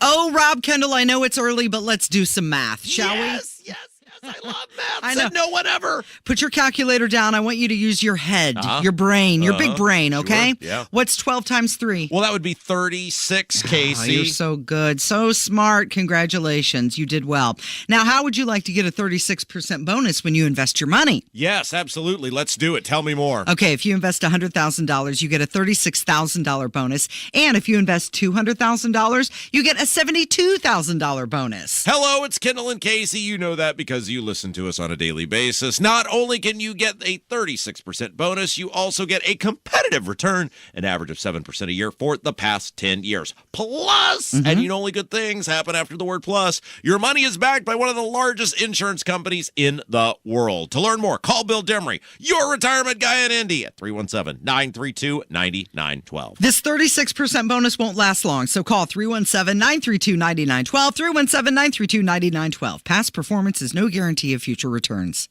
Hammer and Nigel show, 3 o'clock this afternoon. Biggest stories in Indy. And Rob Kendall rips his shirt off and goes off the rails. 93 WIBC. Do you get sinus infections, congestion, sinus pressure and pain, above your eyes, below your eyes, sinus headaches? You've gone to the doctor. You've visited urgent care over and over again. And it's always the same thing. Oh, I know. Let's try antibiotics and nasal sprays. But the sinus infections keep coming back. The good news? Relief is possible. How? A minimally invasive procedure done in the office of Indianapolis Sinus Center called balloon sinuplasty. Imagine the relief of not having to deal with your sinus infections anymore. Set an appointment today with Indianapolis Sinus Center and find out if balloon sinuplasty is the solution for you. Call 317-528-9650.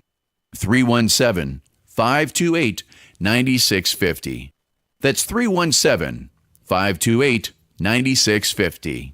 For indoor and outdoor concrete, consider Galaxy Concrete Coating, like John did. Here's his review. Really enjoyed working with Jack on this project. He helped make sure we matched the best possible color to use and gave us a very competitive quote on the pricing. Kyle and Mason did an outstanding job. Whether it's for indoor and outdoor concrete, like your driveway, pool deck coating, even your patio, call Galaxy Concrete Coating at 317-751-9070. Get a free quote at galaxyconcretecoatings.com. Nachos! Yeah, your nachos! Hey, I'll take some. Great. And some Frank's Red Hot. Oh, nah, I'm good. Oh, you're just gonna eat these dry, plain, boring nachos with no Franks? Seriously? Frank it up. Frank it up. Come on, lady. Frank it up. Frank it up. Frank it up. Yeah! Yeah, this guy finally gets it. Hey, look, we're on the Jumbotron. It's the perfect blend of flavor and heat. Frank's Red Hot. I put that on everything. There's a lot of sexy content on the internet. And there's WIBC, full of faces meant for radio. Hammer and Nigel, Kendall and Casey. Okay, Casey could be on TV. Now streaming every day on YouTube. Go to youtube.com/WIBC. Good morning. It is Kendall and Casey on 93 WIBC. Jason Hammer from the #1 rated Hammer and Nigel show joins us in the studio. Thank you. It's I was very sad to see this because I made a lot of money off you. It's the end of an era. You have sold the last of your DJ equipment. Yes, I have retired from the wedding DJ game. Maybe I'll write a book one day because, boy, I've got some stories. But as I believe it was Murdahl said in Lethal Weapon, and I quote, I'm too old for this bleep. And listen, when I got to events that I would DJ, I'd turn it on, man. I'd hit the switch. We'd have a good time. We'd have some drinks. We'd laugh. We'd get on the microphone. But there's so much more to it, and that grind, I'm just too old for it, man. It's pressure, too. It's pressure. Like, you don't want to screw up somebody's special day because they paid a lot of money for you. Yeah. And if my heart and my mind isn't in it anymore, it's time to get out. Yeah, and look, my all-time favorite memory of us doing weddings together, not that we were like Batman and Robin or anything, but I did do several with you, was you remember the one in Brown County where this is this beautiful place in Brown County. It's in the middle of nowhere, very scenic. And the dad, so the father of the bride, right? Yes. Just keeps coming up after every song going, hey, I bought you guys another shot. Oh. I mean, we're not talking like, hey, 30 minutes later, it's like boom, boom, boom. And we're like, dude, we're not even going to know our names. Open bar, and that's what you got. Did you have to deal with a lot of bridezillas? Oh, yeah, and that's part of the reason why I'm done. Yeah? Like, bridezillas, drunken bridesmaids, rowdy, drunken frat guy groom, spilling booze all over my gear. Like, I'm just at the age where I don't want to deal with that anymore. You know, I just don't. Didn't you get into it with somebody who broke your microphone one time? Yeah. So when you sign a contract, it's like, hey, if you break it, you buy it, basically, right? Well, you know, bridesmaid, you know, she's on the microphone, does the old drop the mic trick. Oh, no. You know, damages the microphone. I can still use it, but it's damaged. So, you know, end of the night, I go to the bride and it's like, hey, you guys are going to have to pay for this. Oh, yeah, fine. You know, weeks go by. They start disputing it. I've got pictures of it damaged. And then when they finally did agree to buy and replace the damaged microphone, they wanted the old one. Well, you did say you break it, you buy it. Well, I guess, you know. So that's the kind of crap that I just don't want to deal with anymore. But great moments in wedding history. Like, I thought this was the ultimate power move. I was DJing a wedding somewhere, and father of the bride, again, fan of WIBC, comes up and goes, I got something for you. He gets out a glass, right? He starts putting ice into it. He breaks out a bottle of the Hammer and Nigel Show bourbon. I've been saving this for the wedding. And we had a couple drinks of the Hammer and Nigel Show bourbon. I have to imagine that hauling the equipment in and out is probably one of the worst parts. That's it. Because I always tried to arrive like an hour ahead of time because I wanted to make sure in case there was an issue, I had time to fix it. Like a broken microphone. Right, exactly. So I'd get there an hour before, which meant, you know, I'm leaving my house, you know, 35, 40 minutes before that. And then you tear everything down, you come home. It's not just a wedding. It's like the 3 to 4 hours before and after that's such a grind. Yeah. What was the most requested song you had? Probably line dance stuff. Like, you know, people wanted to do the line dances to get everything going. Like, and I always usually did that during every wedding. Cupid shuffle, the wobble, you know, cha-cha slide, things like that. And I can't stand this guy, but I got to give him credit. He was a heck of a DJ. He did a good job. Did you ever have any chances to play a song like the father-daughter dance where you thought, that's just not a good song to choose? Or were you ever like, if that's what they chose for their special dances, you know, they're paying me, so it's what they want. And like, if the bride and the father of the bride, the people that pay me want to request a song, front of the line. Yeah. Even if I know it's going to be a total killer and just ruin the mood. Clear the dance floor. But man, I'm not going to miss missing photographers taking all the people outside during the party. Not going to miss the bridezillas and all that kind of crap, rowdy frat bros. Not going to miss that at all. Okay, I have to ask you a question because, in full disclosure, while I am a regular listener of your show, I had to work my second job yesterday. I did not get to hear this. Do you want to buy some DJ gear? I've chosen the bartending path. There's no heavy lifting there. Also in a climate-controlled environment at all times. You had the mayor of Beech Grove on yesterday. Yes. And for some reason, this person called our show. I have no idea why. They called you guys to complain about something we did. Yes.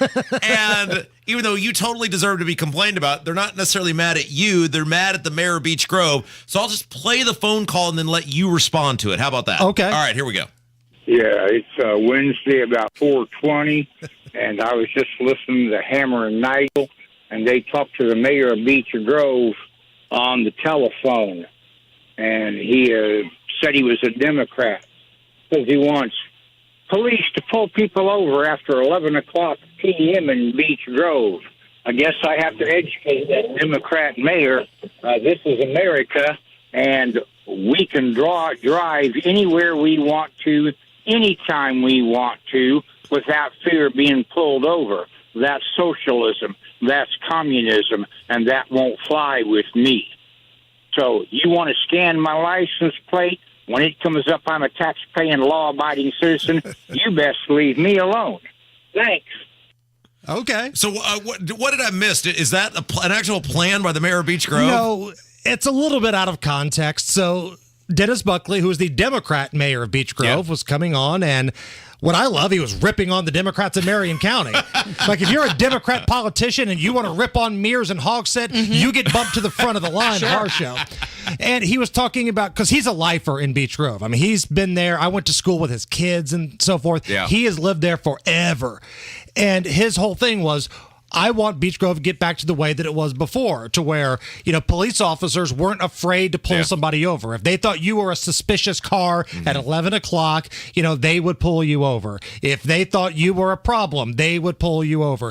He wants the police to be a little tougher, but he also said he understands why they're not, because of Ryan Mears, Joe Hogsett, the gruesome twosome. So that's basically what the conversation was. Okay, well, I just thought I can absolutely not miss on playing this with you being in here, and then I get a clarification on what happened, and okay. Yeah, pretty reasonable. You could take a couple different things from that conversation yesterday. It's a guy that, wants things to be the way that they were. Nothing wrong with that. Nothing wrong with that. Sounds familiar. And, it's a Democrat ripping on Hogg and Mears. Yeah. And I'm good with that, too. Now, his examples may, they get the headlines. There was that Fox 59 article, Beech Grove mayor wants police to hit people in the head. I don't think that's really what he meant. When you listen to the context of his statement, he's not saying, that station wagon at 11:05, pull it over and beat every one of them. That's not what he's saying, but, it's kind of how it's being portrayed. Football starts tonight. It does, man, and it's a tricky game tonight because of the Travis Kelce factor. Like, the premier tight end, probably the best receiving threat Kansas City has, might not play tonight, injured his knee in practice. So we're following that, but Lions at the Chiefs tonight, happy that it's back. And then What's the spread on the game? Do you know? So it was at like 6, but then the Kelce news, I think, took it down to 4. I think Mahomes is good enough. And we were talking about this yesterday. Remember when Manning would have a different tight end, it seemed like every 2 or 3 years, and they were all great with Manning, and then they'd go somewhere else and stink. I feel like that's Mahomes. You could just put you or me or Kev out there, and all you got to do is just go run to a spot, and he'll throw the ball to you. Be in the area. True. Right. I will say this with Kelce. Kelce is really good, makes tough catches, and you're going to miss his blocking too, because he's a physical dude. He likes to fight. I hate the Lions, though. And you know why I hate the Lions? Because they've stunk my entire 4 life. years. Yeah, and now they weren't even good last year. They were just decent, and they were so mouthy. Lions fans were so mouthy all off season. Oh, this is our year. This is it. It's always their year. You were whatever they were. Were they 8-9 or 9? How many Thanksgiving dinners have those horrible, rotten Lions ruined? All of them. Yeah, and now you still have Jared Goff as your quarterback. You're still the Detroit Lions. I hope the Chiefs beat them by 1,000,000 points tonight. So I was talking with a friend about this the other day. The way some of these sports betting lines, point spreads work is based off public perception. Yeah. And the public loves the Lions coach, Dan Campbell. He's a tough guy. He's gritty. He was on Hard Knocks. He's a fiery guy. He goes out there and practices and fights with the guys. And okay, but Patrick Mahomes, this isn't a joke to Patrick Mahomes. Right. Honestly, between his idiot brother, his wife always giving him crap, his mom, this is his escape. Yeah. Like, he's going to go out there and escape all that crap and just put on a show. Yeah, I would be inclined to take, 4 doesn't seem like a lot, but then again, opening weekend in the NFL, historically, the dogs bark. The underdogs bark. Especially, now keep this in mind for the Colts game. We're going to talk about that this weekend. Divisional underdogs at home are like 66-44 the last couple of years. Yeah, but did they have the Colts roster? Well, but they're also getting 5 points. That's And true. 5 points. Are we really convinced Jacksonville is 5 points better than anybody in the league? Okay, so that's super interesting because Notre Dame is a 7.5-point favorite against North Carolina State this weekend. And on paper, I would say, wow, that sounds like a lot of points. But that's really just a touchdown and a 2-point conversion. Don't we think Trevor Lawrence can beat this crappy-ass Colts team by a touchdown? Well, that's more than 5. You think, but something about like a full season to prepare because it's week 1, right? And Steichen knew he was opening up with the Jags. Yeah, that's true. Started watching tape on Trevor Lawrence, and Trevor Lawrence last year didn't get going until the second half. So is Trevor Lawrence either somebody that's inconsistent, that starts the season like crap and gets better, or did he turn a corner last year and is going to come out and have a great year? We don't know. Okay, so you know how I am with money. I'm going to execute this tomorrow once you have the last opportunity to weigh in on this. But instead of losing my money week to week, I just plan on losing my money for the entire year. Yeah. So I am planning on betting on the Colts under 6.5 wins for the season and the Bears over 7.5 wins for the season. What do you think? I like those, and I think you should also pick a Super Bowl champion. Yeah. Just in case those two both go off the rails by week 13. You have something else to look forward to. Something else to look forward to. And it's got to be somebody decent. It's not like me taking Harry Higgs in golf each week. It's got to be somebody that has an actual chance. Everybody's got plus money right now because it's hard to pick. Like, there's great value with the Bills and the Bengals right now. Good value with those guys. Notre Dame could lose that game this weekend, couldn't they? They The could. season could be over. The last 3 games that Notre Dame's quarterback has played against NC State, because he came from Wake Forest, where they played NC State all the time. He's a handsome fella, by Are the you way. talking about that 50-year-old guy? He is. You're enamored with him, right? He's a good look. He's not a college kid. You know who else is enamored with him? NC State. 6 interceptions in the last 3 games against Hartman. He's got that full beard. He does not look like a college Well, student. because he's not. He's like my age. He's like 50. He's right? like Scott Bakula. He is. Necessary roughness. He's Scott Bakula. I think he's like 2, almost 3 years older than the Colts starting quarterback. What's coming up this afternoon? You, Rob Kendall, Yes. you are going to come by and flip tables over and go off the rails. How exciting. Thank you, Hammer. It is Kendall and Casey on 93 WIBC.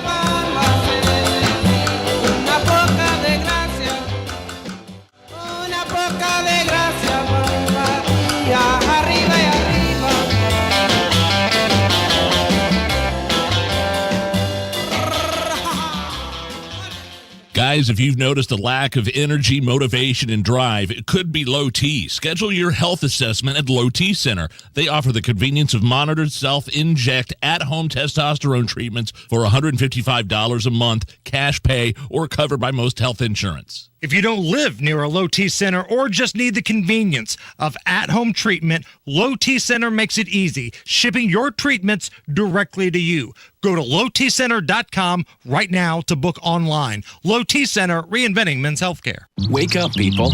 You are optimizing every waking hour of your life. From carpooling kids, to work, to friends, and everything in between. You have to get sleep, and a bed that can perform as well as you do. Meet the next generation Sleep Number Smart Bed. It effortlessly adjusts to your shape, position, and movements, learning how you sleep, so you learn to sleep better, night after night. Sleep next level, only from Sleep Number. It's the biggest sale of the year. Save 50% on the Sleep Number Limited Edition Smart Bed, plus free home delivery when you add an adjustable base. Ends Monday. Is your Generac home standby generator overdue for annual maintenance or an oil change? Schedule an inspection with a certified tech at Generator Supercenter to ensure your Generac generator is ready when when you need it most. GeneratorSupercenter.com. Go where the pros go. Drexel Interiors for Timberlake kitchen and bath cabinets. Visit Drexel's new design center on 146th Street at River Road or on North Shadeland. DrexelIN.com. Coming up in 2 minutes, just a smidge of what the feds found in drug raids last week in Indianapolis, plus where Governor Holcomb is off to this week, and a new name for a familiar IndyCar team as they try to branch out even further from where they are. I'm Kurt Darling. All that and more coming up from the Peterman Brothers Heating, Plumbing, and Electrical Studios after Fox News Radio. You're listening to 93 WIBC, WIBC HD1 Indianapolis. It's 11 o'clock.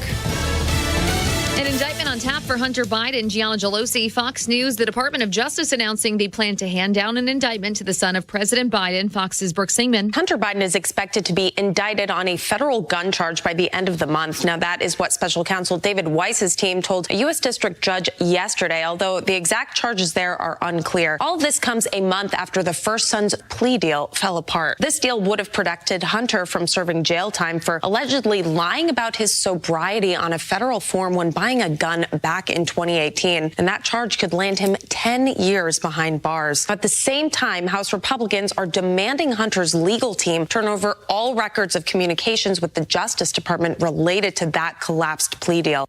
Now, the House is warning Hunter Biden and his legal team could be called to testify before Congress if they do not provide those documents. Meanwhile, the president, Joe Biden, is set to depart for the G20 summit in India this afternoon. President Biden hoping to make the G20 summit more than just a photo op. Biden will spend 3 days in India at the annual meeting of the world's 20 largest economies. Biden wants Congress to spend over $3 billion in new financing for the World Bank to bring so-called Bidenomics to the world, which includes new infrastructure and climate change projects. 2.3 billion people, nearly a third of the world, still cooks meals over open fires and basic stoves. Biden also wants Congress to spend more than $21 billion to support Ukraine. That's Fox's Lucas Tomlinson reporting. The Biden administration abruptly canceling 7 oil and gas leases in Alaska's Arctic National Wildlife Refuge that were approved under former President Donald Trump. We've got now 2.5 years of a relentless war waged by the Biden administration on oil and gas production in the United States. Texas Senator Ted Cruz on Fox's Kudlow. The president proposing stronger protections against development on 13 million acres of the National Petroleum Reserve. America's listening to Fox News. 93 WIBC Mobile News. On the level, on the go. It goes back 2 decades. It's 67 and cloudy on Monument Circle. I'm Kurt Darling. Here's what's trending at 11:02. The FBI raided 25 homes last week. Now 21 people are indicted. It was all part of a massive drug ring. Gregory Henderson, as well as Romero de Leon, worked together to smuggle fentanyl, methamphetamine, and cocaine from Mexico into the United States and ultimately to be distributed here in Indianapolis. U.S. Attorney Zach Myers, he also says that they had an organized dogfighting ring. Court documents say that the operation had been going on as far back as 2001.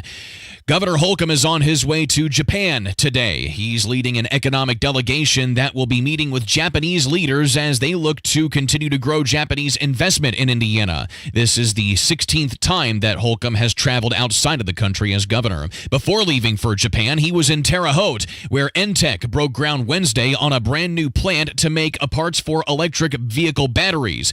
Holcomb says when finished, the plant will have over 600 Hoosiers working on the line. This is economic development, economic security for sure, but it also has some national security implications when we're talking about reshoring or onshoring jobs in America. It'll be fully up and running by 2027. City leaders are having a difficult time recruiting people for the Sheriff's Department. Ryan Hedrick explains. And specifically Marion County Sheriff Kerry Forrestal, who says there are challenges when it comes to hiring cops. Nobody's going to get rich doing law enforcement, but we expect somebody to get paid fairly. The sheriff's office says it's down 200 people, and with the starting salary of $46,000 a year, they want the city-county council to take that into consideration during budget talks. Ryan Hedrick, 93 WIBC Mobile News. An IndyCar racing team, Andretti Autosport, is changing its name. The team, based in Fishers, will now be known as Andretti Global. Owner Michael Andretti says that the rebrand will be better representative of the team in IndyCar and other racing series that it competes in.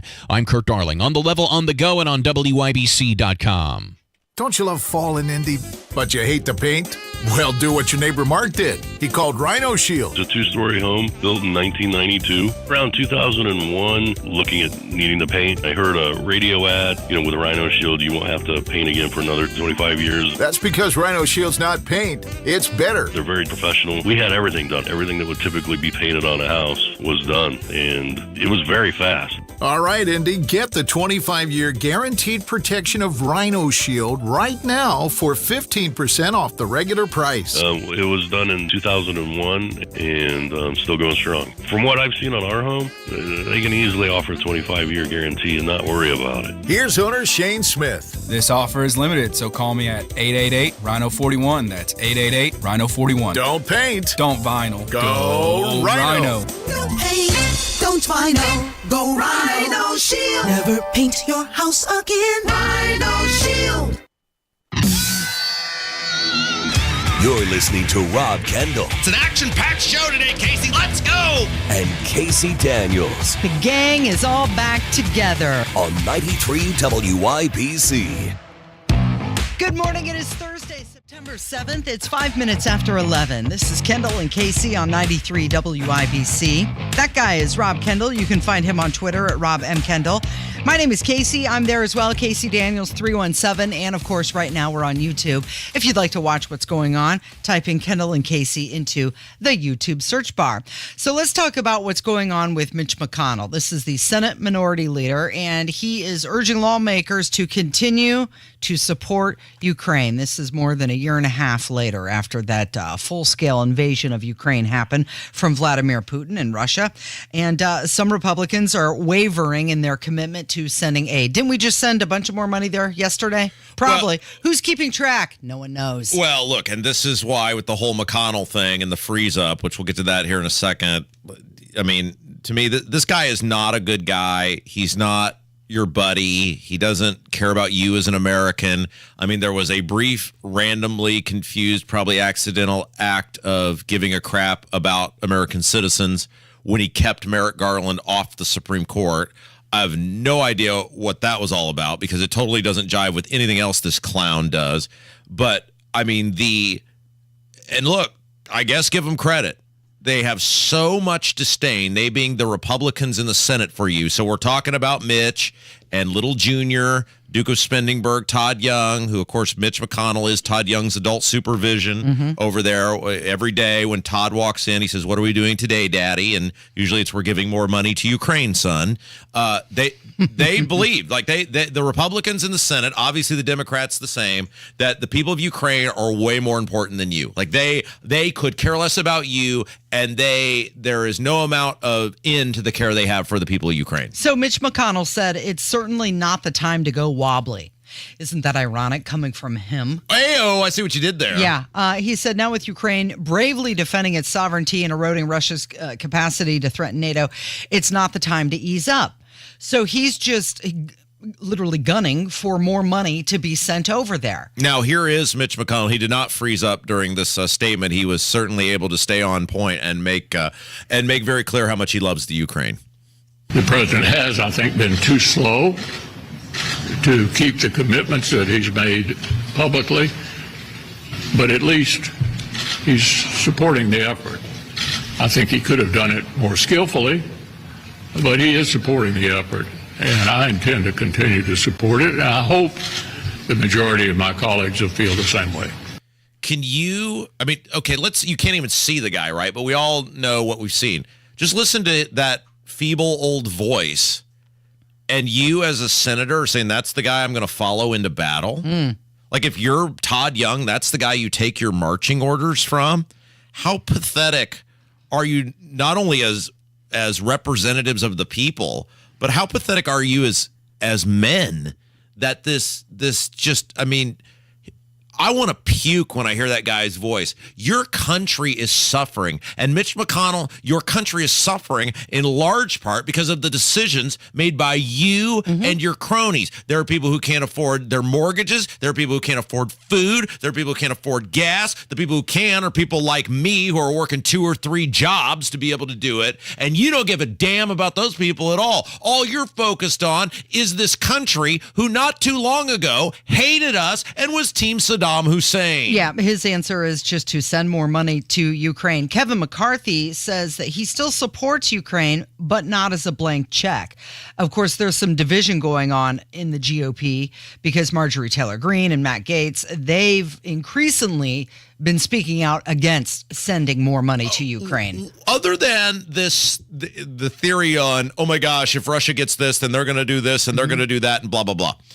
Why are we so in love and in bed with Ukraine? What has Ukraine ever done for us? Certainly in any sort of modern time where you would say, boy, they've just been an unwavering ally. I mean, they act like Ukraine is Great Britain. It blows my mind that this totally corrupt country, I mean, it's playing out as a reminder with the whole Joe Biden saga, and that wasn't all that long ago. That wasn't 20 years ago. That wasn't even 10 years ago, about how corrupt this country actually is and the people who run it. And then if we go back in the time machine, there's irrefutable evidence about that and how much they hated the United States, and yet our politicians feel some need to have an unwavering pledge to help this very corrupt country. Okay, well, the White House is now urging Congress to approve a $20.6 billion in additional aid. I mean, the numbers, they just keep ticking up, and it's staggering. Josh Hawley, he was asked about Mitch McConnell and if he thought McConnell should be a leader, and his answer was no. But then he also stated that if you're concerned about Biden's ability to do the job, of course you have to be concerned about Mitch McConnell's ability to do the job, because it's like same guy pretty much at this point. Yeah, all right. So then they asked McConnell about the second time that he was unable to form a sentence or respond, and the response went exactly as you might think it would. What a doctor said is the precise medical reason for those 2 freeze-ups. What Dr. Monahan's report addressed was concerns people might have that some things that happened to me did happen. Well, they didn't. And it's really, I have nothing to add to that. I think you pretty well covered the subject. I'm going to finish my term as leader, and I'm going to finish my Senate term. He's going to finish. He's going to stay in there. He did not answer that question at all. He did as good a job answering that question as Joe Hogsett has where he was during the riots. With a non-answer. Yes. It was totally misdirection. What did you think about what the doctor said? Well, he said what he said, and I'm going to go with that. Thanks. Next. Okay. So Rand Paul, I know you love this guy. Oh, we love the Paul family. He is doubting whether the doctor in D.C. who examined Mitch McConnell is being forthright, and here's what he had to say. I think it's an inadequate explanation to say this is dehydration. Well, I've practiced medicine for 25 years, and it doesn't look like dehydration to me. It looks like a focal neurologic event.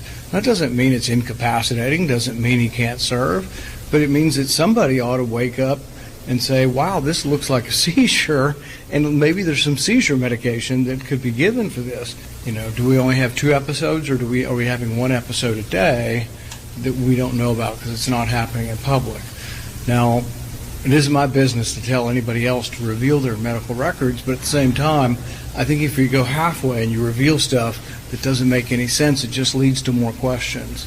Senator, given what you've seen and your medical background, are you confident in his ability to lead the conference? I can't make any comment on that other than my personal interaction with him has been fine, and I think he's been up to the task. And so this isn't a criticism of him or anything. It's a criticism of the way it's being handled publicly by giving a diagnosis that everybody thinks is a lot less than what it actually is. So then people automatically think, wow, it's a lot worse than it actually is. But it could be something very treatable. Seizures are treated. Many people in high-functioning jobs have seizures. Many seizures after trauma go away. But there's a lot of things I don't know. I thought that was a good point from Rand Paul. He said if you give him an answer that people don't believe, they're automatically going to think it's worse off than what it is. Well, it's okay. Let's bring it full circle. We had the conversation with Lael Hill yesterday about the Stop It app. Mm-hmm. And, she said, look, we need to have a format by which kids can safely feel that if they are being threatened or bullied or a victim of sexual abuse or whatever, they can report. Great. I don't think anybody disagrees with that. But as we said yesterday, and it is true, government has so broken the trust, especially the public education system in this state and others, that nobody believes you're just on the up and up for, hey, we want to help kids report allegations of abuse or bullying. That's not an us thing. That's a government thing, because government has repeatedly lied to people and broken the trust of people. And so what happens then is, even if something is well-intended, it doesn't come across that way. It doesn't come across that way. You don't because believe it. You broke the trust, you being the government. All right, let's take a break. Casey, when we come back, the Rolling Stones. Yeah. First new material in 18 years. Yeah. You have agreed with me that the thing I've told you for many, many years is absolutely true about the Rolling Stones. It was proven again yesterday. And speaking of music, Kevin, oh my gosh, Kevin did something that totally warmed my heart yesterday. I can't stop smiling about this. All right, we'll get to the new Rolling Stones music coming up on 93 WIBC. Casey. Yeah. Life-altering question here. What's that? Take all the time you need, phone a friend, whatever is necessary. Are you ready? Yeah. What is 12 times 3? I'm going to have to phone a friend. Yeah, very good. It's 36. Perfect. Yeah. Yeah. How would you like to get a 36% bonus when you invest your money? That sounds pretty good. Tell me more. Even a super rich person like you could stand to make more money. So if you invest $100,000, you get a $36,000 bonus. If you invest $200,000, you get a $72,000 bonus. Don't kid yourself. I don't have Brad Chambers money. Hey, it's Kendall and Casey. Not only can you get a 36% bonus, you also get a competitive return, an average of 7% a year for the past 10 years. Plus, your money is backed by one of the largest insurance companies in the world. If you'd like to learn more, call Bill Demery. He's your retirement guy in Indy at 317-932-9912. This 36% bonus won't last long, probably like our radio careers. So call 317-932-9912. 317-932-9912. Past performance is no guarantee of future returns. That didn't take long. A Night with WIBC, brought to you by Relay Indiana, is once again sold out. One night only. Tony Katz. I avoid the use of the words dumb and stupid. Kendall and Casey. Just strapping you in. Go for it. Hammer and Nigel. Loud, it's chaotic. And special guests. It'll be informative. It'll be funny. It won't be PC. Didn't get your ticket? Register and win the few we have left online at WIBC.com. Happy 62nd birthday, Granddad. Thanks, sweetheart. I got you this. A mug. Oh, thank you. What does it say? Beware. If you are 60 or older, you may be at increased risk of hospitalization from RSV, respiratory syncytial virus, compared to adults younger than 60. Not all dangers come with warning labels. Talk to your pharmacist or doctor about getting vaccinated against RSV today. Learn more at bewareofrsv.com. Brought to you by Pfizer. If there's anything better than getting a few of your favorite things from McDonald's, it's getting a few of your favorite things from McDonald's for less in the McDonald's app. Delicious. Order in the McDonald's app today. Ba-da-ba-ba-ba. When the Colts score, so do you. Buy one Big Mac and get another on us when the Colts make a field goal. Only in the McDonald's app. Offer valid day after Colts game at participating McDonald's. Valid once per day. Must opt into rewards. Go where the pros go. Drexel Interiors for Timberlake Kitchen and Bath Cabinets. Visit Drexel's new design center on 146th Street at River Road or on North Shadeland. DrexelIN.com. It's the Kendall and Casey Show on 93 WIBC. Whoa, check out that chick. Yeah, but who's that fart knocker she's with? That's awesome. I get it now. Kev totally sent me a text the other day and was like, hey, do you like Beavis and Butthead? And I said, yeah, of course, yes. And then I didn't get a response, and now I got it. Yeah. Perfect. You're Well a done. fart knocker in this scenario. So perfect. Yeah, I just wanted to surprise you with that. I didn't want to leave you hanging with that text. Yeah, thank you. Perfect. Well done. It is 18 minutes after 11. You're listening to Kendall and Casey on 93 WIBC. Let's talk some rock and roll, shall we? The Rolling Stones have announced the details of their new album. It's called Hackney Diamonds, and it is the first release of new music in 18 years. So the Rolling Stones have sold something like it's 66.5 million albums over the course of the life of the band. They're way up on the list. And the Rolling Stones, even though they are a gajillion years old, still feel like they're worth dedicating at least part of a segment to because they are one of these bands that whenever they do something, it's note and news worthy. And whether you're the biggest fan of their music or not, if they're coming to your town, you probably are going to try to make a concerted effort to see them because it is an event. Yeah. Okay. So this new album, it's composed of 12 tracks, and it is obviously the first new music they've released since the passing of Charlie Watts. Yeah, the drummer. The drummer, right, in 21. Although he is on 2 tracks of the album, and to my chagrin, Stevie Wonder is also on it, which is fantastic and fine. Lady Gaga also featured on the album. Oh, that's why it's chagrin. You don't like Lady Gaga. No, not a fan of hers. Why? What's your deal with her? She's a fraud. Oh. Yeah. Well, go on. Like what? No, let it loose. Just let it fly. Well, she just doesn't. It's just us listening. It's fine. She doesn't write a lot of her music and takes credit for it. Steals it from other people. She's still talented, though, right? No. I think we hit a nerve here, Kev. I don't know if you had a run-in with her at a museum or something or what, but jeez. But let's get back to the Rolling Stones, shall we? Is there like something, like, did something happen between you? I mean, you were in radio for years, rock radio or whatever. Did you interview her? Did something go wrong? You know how you don't like the Beatles? Yeah. I don't like Lady Gaga. Oh, so it's the same thing. Yeah. Like Lady Gaga didn't big time you or stand you up or treat you like garbage in an interview the way Mellencamp. Didn't Mellencamp treat you terribly one time? He was not overly friendly, that's for sure. He would have rather have been anywhere but there. Which is pretty wild. If you look at the women Mellencamp has dated and married, you are totally his type. Like you think are so?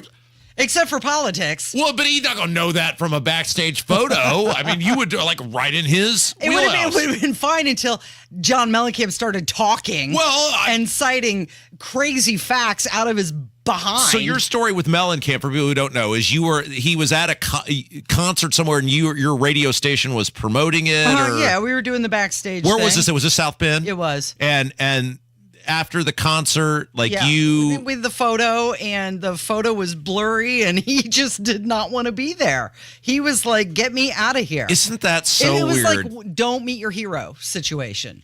Yeah, and isn't that so weird that you would think, okay, Kev, you're a musician, you can chime in on this. Not to say that you have, played a football stadium or anything, but you do live music. I've come close to it. I've played the bars. Yeah, absolutely.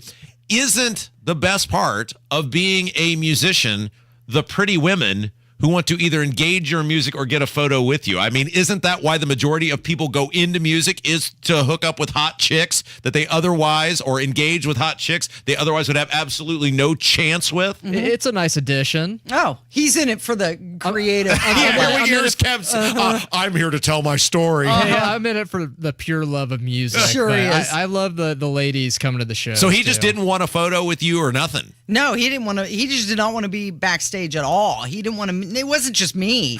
It was everybody. He just did not want to deal with it. I don't know how we derailed off of this, but the point is the Rolling Stones feel like it's still a big deal. And I know that albums aren't, other than Taylor Swift, it doesn't matter anymore. It's all the download era. But there's still something comforting, and even though these guys are all, other than I think Ron Wood, 80 plus, it feels like comforting that, hey, the Rolling Stones are still making music. Okay, now you hit on 2 things that I was thinking when I listened to the song. And the first time I heard it, I thought, okay, great. This is good. It sounds exactly like Rolling Stones music, and it's what you would expect from the Rolling Stones. I like the fact that it is up-tempo, and it's not this lover's lament. But you said it exactly. It's comfortable. It's not the same artists that we've heard for the past couple years putting out the same music. It's not Taylor Swift. It's not Dua Lipa. It's not Luke Combs. Yeah. It's a genre that's been missing from the radio. It's rock and roll. Yeah, and now and you heard this, and I've said this many, many times. We're going to play part of this for our audience. My beef with the Rolling Stones is almost every song is exactly the same. Well, they've got their formula, right? I don't think every Rolling Stones song sounds the same like many of the Beatles songs do. Many of the poppy Beatles songs do. I mean, with Gimme Shelter and Sympathy for the Devil. Yeah, there's outliers, but this song might as well be Start Me Up or Don't Stop or any of the gajillion other Rolling Stones. I mean, it's like Tom Petty. Yeah. Every Tom Petty song was basically exactly the same. It's a 3-minute and 30-second way of doing business, and it was obviously very successful for them. Okay, so this song, it's not any sort of lyrical breakthrough. It's not Oliver Anthony. It's not going to change the world. Oh, and this will blow your mind, Casey. The music video to this, by the way, the song is called Angry. Yeah.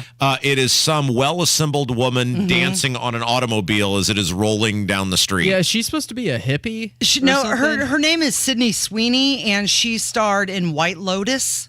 Starred in what? Oh, White Lotus. What the hell is that? It's a TV show that you can know her. stream. Because they said on the video it said featuring whatever this woman's name is. Like I've never heard of this woman. Sydney Sweeney is her name. She's beautiful. But to this song, here's my prediction. Yeah, it's going to get a little airplay in Indianapolis. I would say you might hear it on B. You might hear B. It. Yeah. When the hell has B ever played the Rolling Stones? Well, this is an adult contemporary sort of song. I mean, think of the target demo. Who's going to reach? This is not going to be popular with a 20-year-old. Casey, you used to run radio stations, and you think B1057 is going to play the Rolling Stones? We're going to get Sean Copeland down here and have him listen to this and say, will you ever play this song on your radio station? What other format is going to play it? Is a rock format going to play it? I heard it yesterday on an iHeart station here in the city. Which one? Well, that should really narrow it down. Okay. TTS might play it. I'm just saying, I think it's going to get some play. It'll be a mid-charter. Because I was scanning through the dial, maneuvering from Tony to the midday show on the fan, and it was on, and I thought that's got to be the new Rolling Stones. So I listened to the duration of it, and they said this is the new Rolling Stones deals. Right, and so they're playing it because it's new. Are they going to continue to play it? Oh, that's the thing. Hell, I don't know. Yeah. I mean, Mick Jagger's not going to be out any money if they don't. He'll be fine. No, but I think it's a good, as you said, it's comfortable. It's nice to hear music from the Rolling Stones again because it's a band that's been missing, that we've missed. All right, let's play this, and you tell me if it is not exactly the same as every other Rolling Stone song.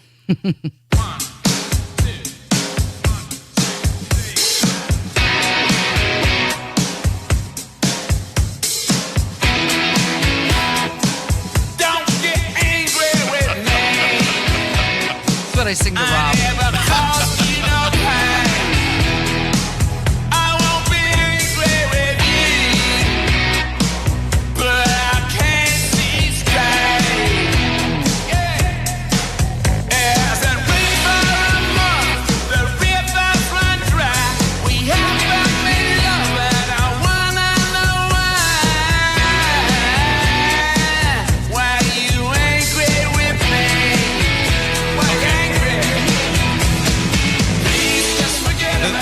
The thing I love about Mick Jagger music is it is essentially wholly transactional because he never has like actual meaningful relationships. He just maneuvers from one well-assembled blonde woman to the next. So as where a singer-songwriter will write these, like deep songs about losing love or, moving on. His thing is like he's just telling this well-assembled blonde woman, look, chickadee, the time is up. You knew what you were getting into. Don't get angry with me. The door is over there. I love how in the video it's all filtered because their faces pop up on these billboards as they're driving through. I'm assuming it's LA, but they look like they're in their 40s again. And clearly in real life, they don't look that way. So they were going to name the album Hit and Run or Smash and Grab, but then they decided on Hackneyed Diamonds based on a location in London. And so the song is called Angry. I think once you hear it for the third time, it'll be stuck in your head. Okay, very good. Okay, let's take Nick a break. Charter. When we come back, Kev did something yesterday of his own volition, no pressure or anything. He did it himself, and he learned something that I have been telling him for the year and a half that we have worked together. He has found it out for himself. And as usual, Casey, my least favorite part of the show is when I'm absolutely right. And I love it when people find it out for themselves. It's Kendall and Casey on 93 WIBC. Finding great candidates to hire can be like, trying to find a needle in a haystack. Sure, you can post your job to some job board, but then all you can do is hope the right person comes along, which is why you should try ZipRecruiter for free at ZipRecruiter.com/free. ZipRecruiter doesn't depend on candidates finding you. Its powerful technology identifies people with the right experience and actively invites them to apply to your job. You get qualified candidates fast. So, while other companies might deliver a lot of hay, ZipRecruiter finds you what you're looking for. The needle in the haystack. 4 out of 5 employers who post a job on ZipRecruiter get a quality candidate through the site within the first day. ZipRecruiter, the smartest way to hire. And right now, you can try ZipRecruiter for free. That's right, free. Just go to this exclusive web address, ZipRecruiter.com/free. That's ZipRecruiter.com/free. ZipRecruiter.com/free. Many, many great things have happened for me over the past year, and one right near the top of the list is finding a home and a family at Life Church. Man, they have just been so awesome and have had such a positive impact on my life, my family's life. And this Sunday, if you're looking for a new church home or even a first church home, I can't suggest enough to you to please check out my friends at Life Church. They're warm, they're welcoming, and they've got campuses all across central Indiana, including Noblesville, Fishers, Eagle Creek, and Pendleton. In addition to great online services, learn more at lifechurchin.com. Come join the party and help save a life. This Saturday, 4 p.m. at Premier Arms in Brownsburg. It's Premier Arms and PA Jewelers celebrating their 22nd anniversary, and they're doing so by raising money for the VFW, Department of Indiana Veteran Suicide Awareness. Free food, drinks, live music, spectacular prize drawings, plus live and silent auctions of fantastic weapons. All this Saturday. I hope you'll join me this Saturday at Premier Arms in Brownsburg, 3754 South Green Street. Find out more at premierarms.com. See you Saturday. 93 WIBC Mobile News. On the level, on the go. What they found. I'm Kurt Darling. Here's what's trending at 11:30. It was drugs and lots of them. Cocaine and fentanyl among the most as they were shipped from Mexico into Indiana. That's what the feds found in several raids last week throughout Indianapolis. It was a neighborhood gang on the east side organizing it all, along with illegal dog fights. The allegations obviously are deeply disturbing about the many dogs that were made to engage in these violent and horrific fights. U.S. Attorney Zach Myers laid out all the charges U.S. Attorney Zach Myers laid out the charges all those involved face. Federal prosecutors plan to indict Hunter Biden by September 29th on gun charges. The president's son had agreed to a plea deal that would have spared him jail time for purchasing a gun as a drug user. That plea deal also included tax evasion charges, but it's unclear where those stand. That deal was tossed by a judge last month. I'm Kurt Darling, on the level, on the go, and on WIBC.com.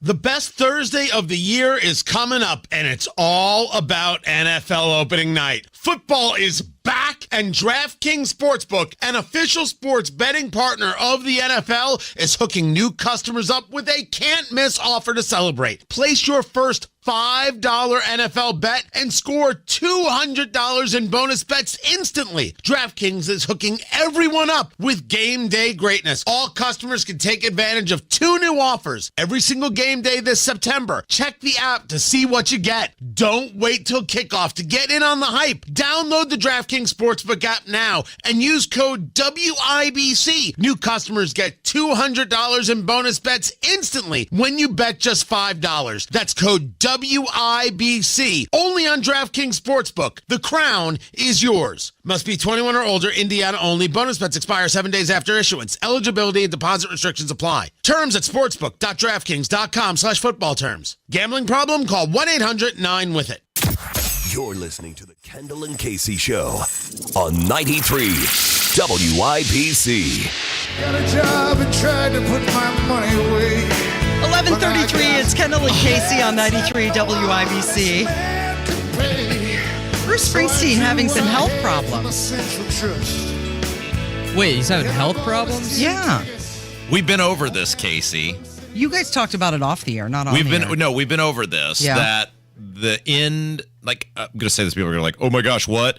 The end is near for Bruce. And I don't mean like the end of his life, but I mean, I've told you the end of his singing how career. disappointing this tour has been. Mm-hmm. And we'll get to that in a second because Kev did something yesterday that just warmed my soul, but you don't like have to rub it in my face. Yes, he has what's called peptic ulcer disease. I had no idea that was even a thing. And now he's canceling all of his shows and everything I said is happening and it's all unraveling right in front of me. It's like, you know how like you just kind of inherit the life of your parents?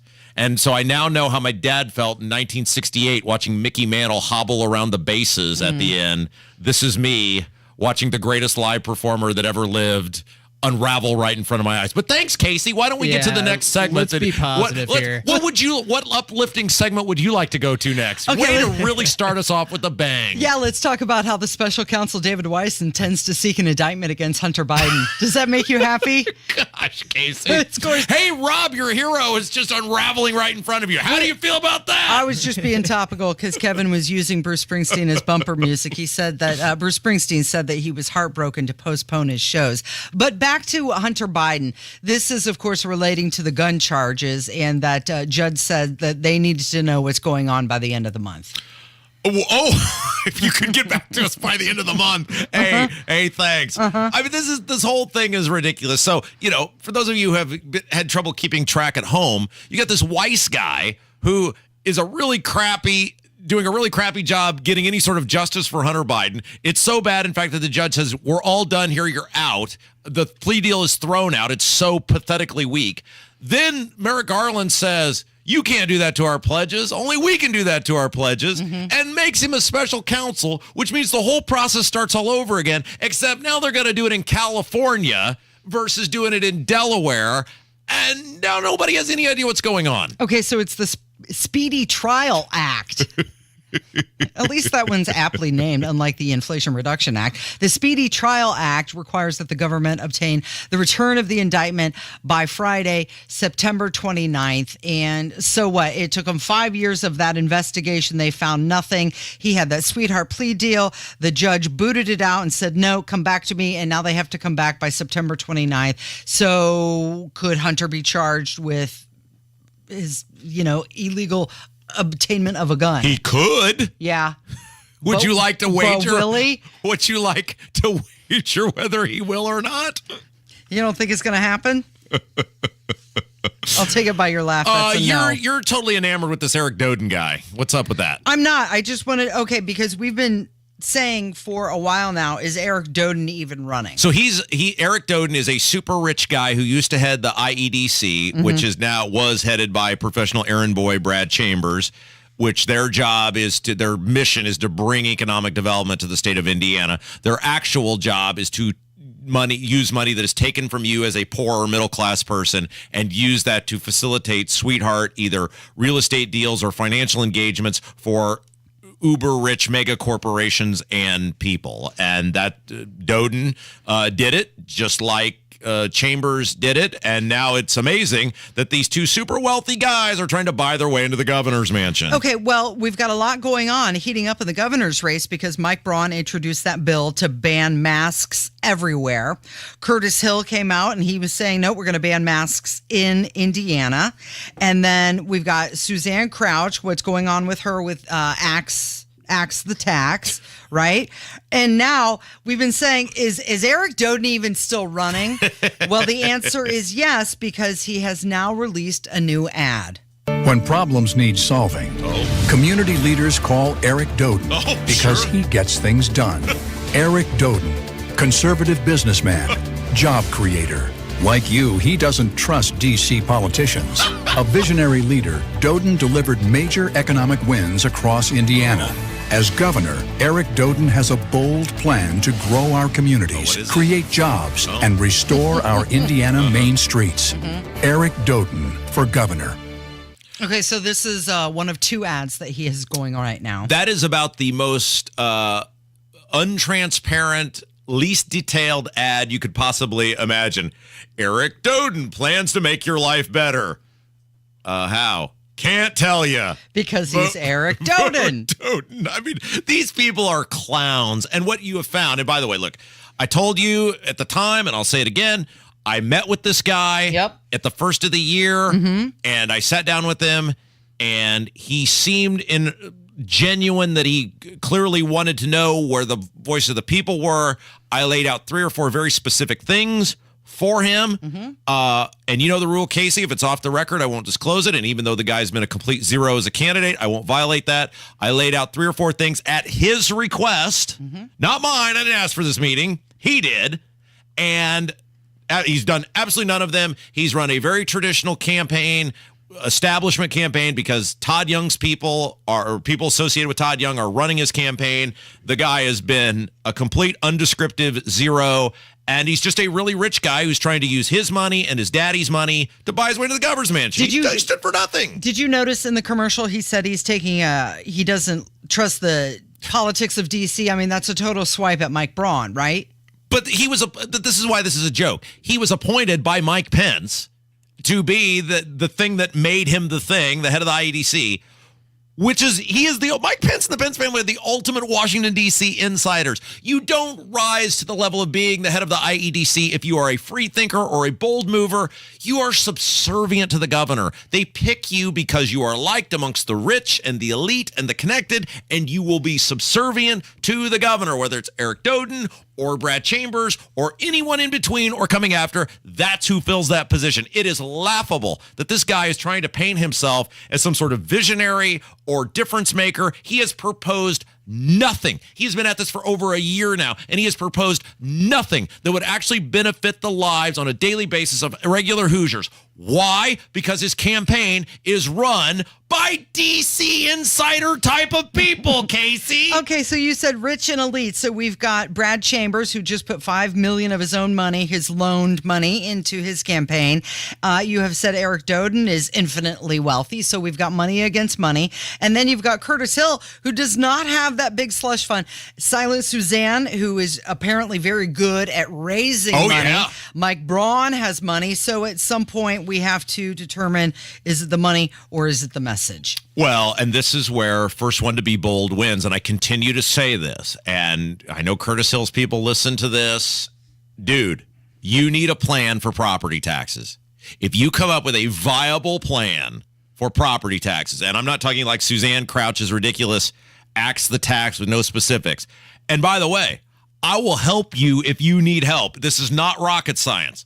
But if you come up with an actual plan, right now, Curtis is winning on the culture stuff. He's winning on the vaccine mask stuff, but he has no economic plan whatsoever. Get one, and you are off to the races, buddy, because the rest of these people stink, and they're not bold enough to actually have a plan, because a plan that helps regular people is going to piss off the donors and the lobbyists. It's right there for somebody to take, and nobody wants to take it. All right, we've got Abdul, who's going to join us in just a bit, and we're going to talk more about this. But first, you've got something going on with Kevin. Oh, goodness. What is the deal? Telling Kev, I came in today, and Kev looked right at me, and he said, Rob, I went down the rabbit hole yesterday on YouTube, and I stumbled upon this Bruce Springsteen live concert.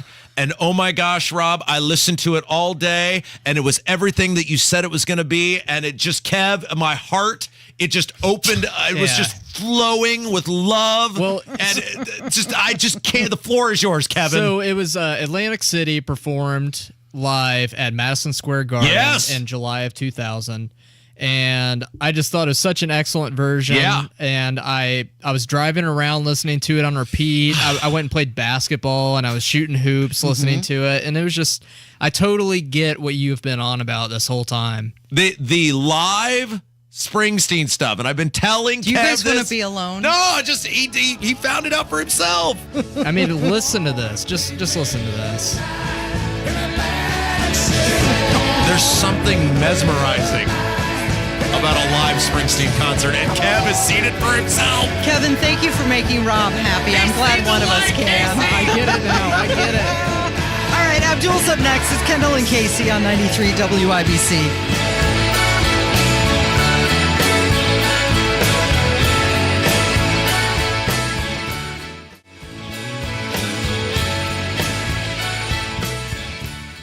Coming up on Tony Katz today, are we about to have a problem with food supply in the United States? No, don't panic.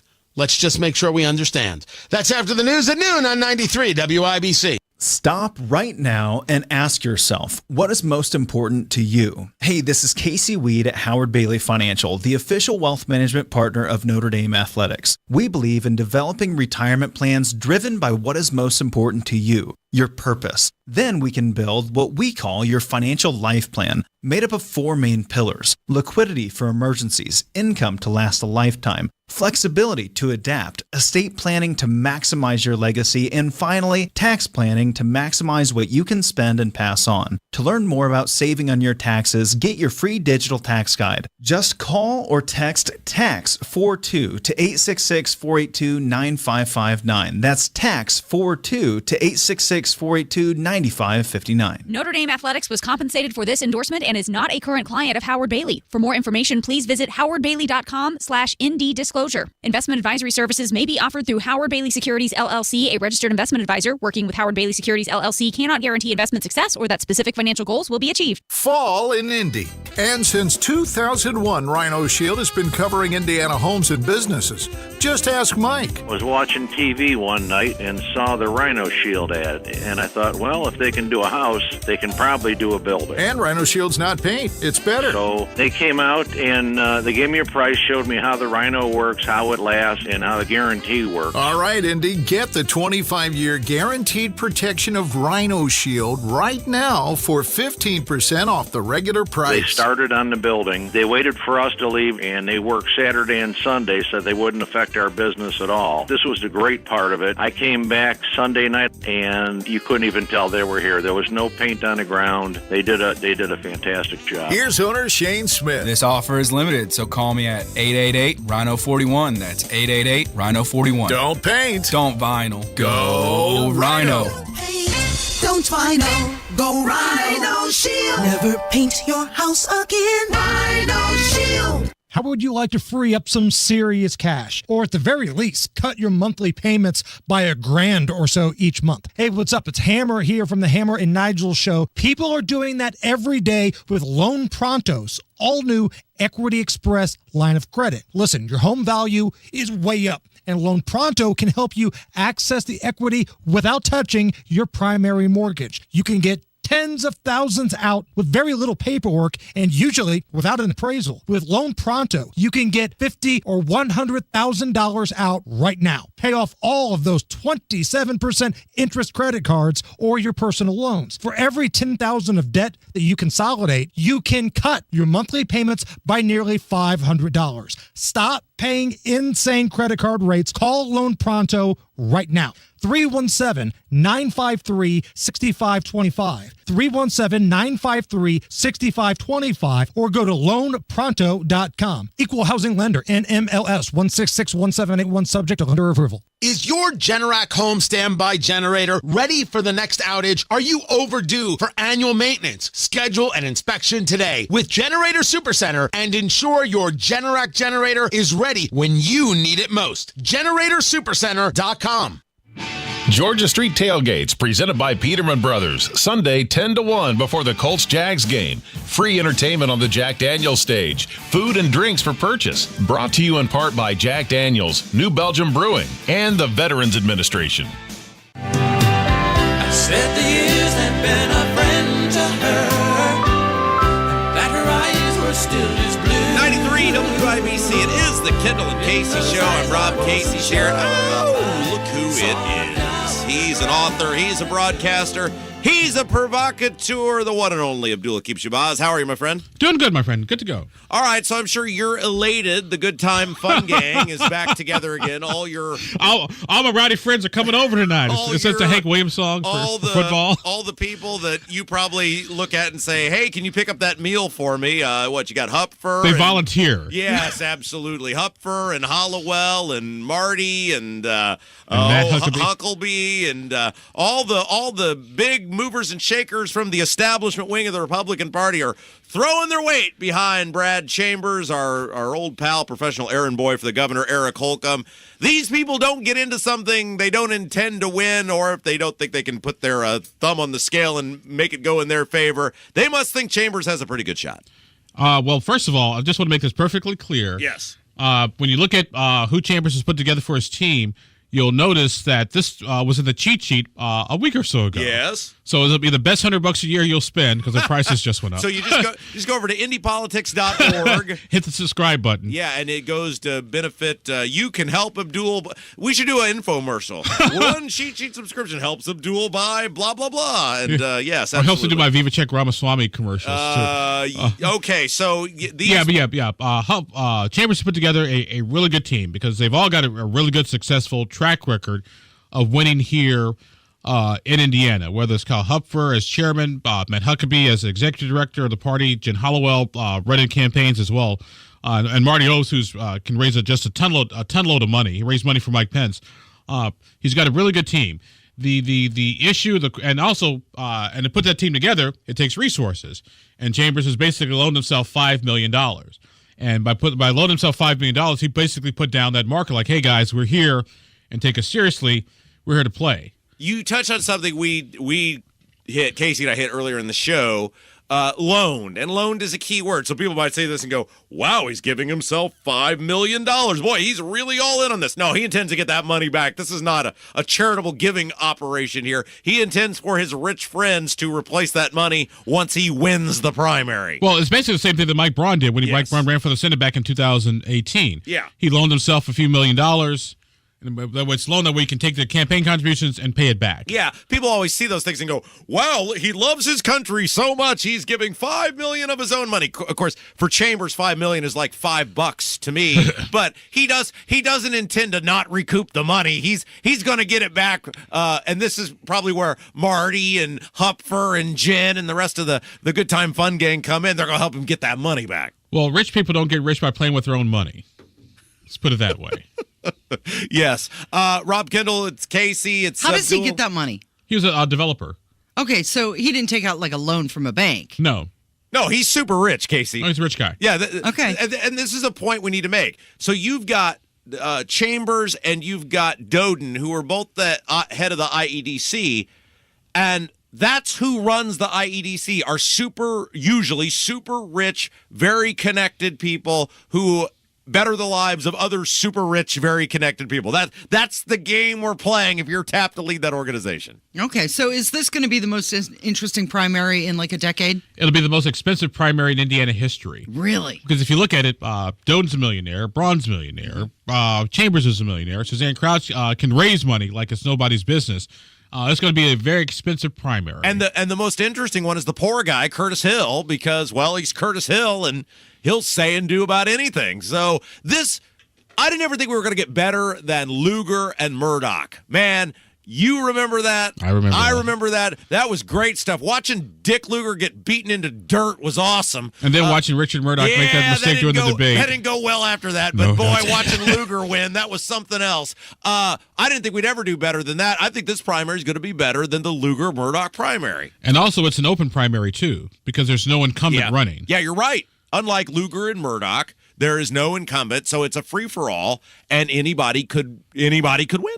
Does that make a big difference? Yes, because incumbency always comes with a certain number of sort of advantages. Because you don't have to worry, you don't have to identify yourself because people know who you are for good or bad. So all of these people are like introducing themselves. Yeah, and that's why I say after the November election is when that's when the floodgates are going to open. If you're Brad Chambers, what you're going to do for the next 3-4 months of change is introduce yourself to the voters. Hi, I'm Brad Chambers. Yeah. I work for blah, blah, blah, blah, blah. My parents taught me the value of hard work when I was a kid. My father would come home every day and milk the cows and teach us, and I'd bale hay. And I'm Marlon Stutzman in my polo shirt and blue jeans, throwing bales of hay on a farm. Yeah. Okay, so I have a question for you. And, what we do on this show is we admit the flaws and sins of our life.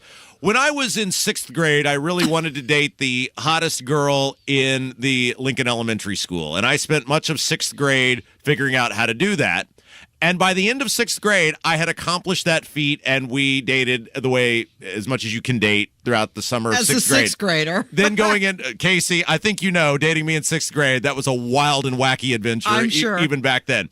However, then I got into 7th grade, and in 7th grade, that was junior high, and then there were all the girls from all the other elementary schools had now descended upon the same environment, and quickly, within about a week, I told the girl that I spent all of 6th grade trying to date. You broke her heart. This has been fun. But there's more options. There's now a wild, new, crazy world out there. I wish you the best of luck in your endeavors.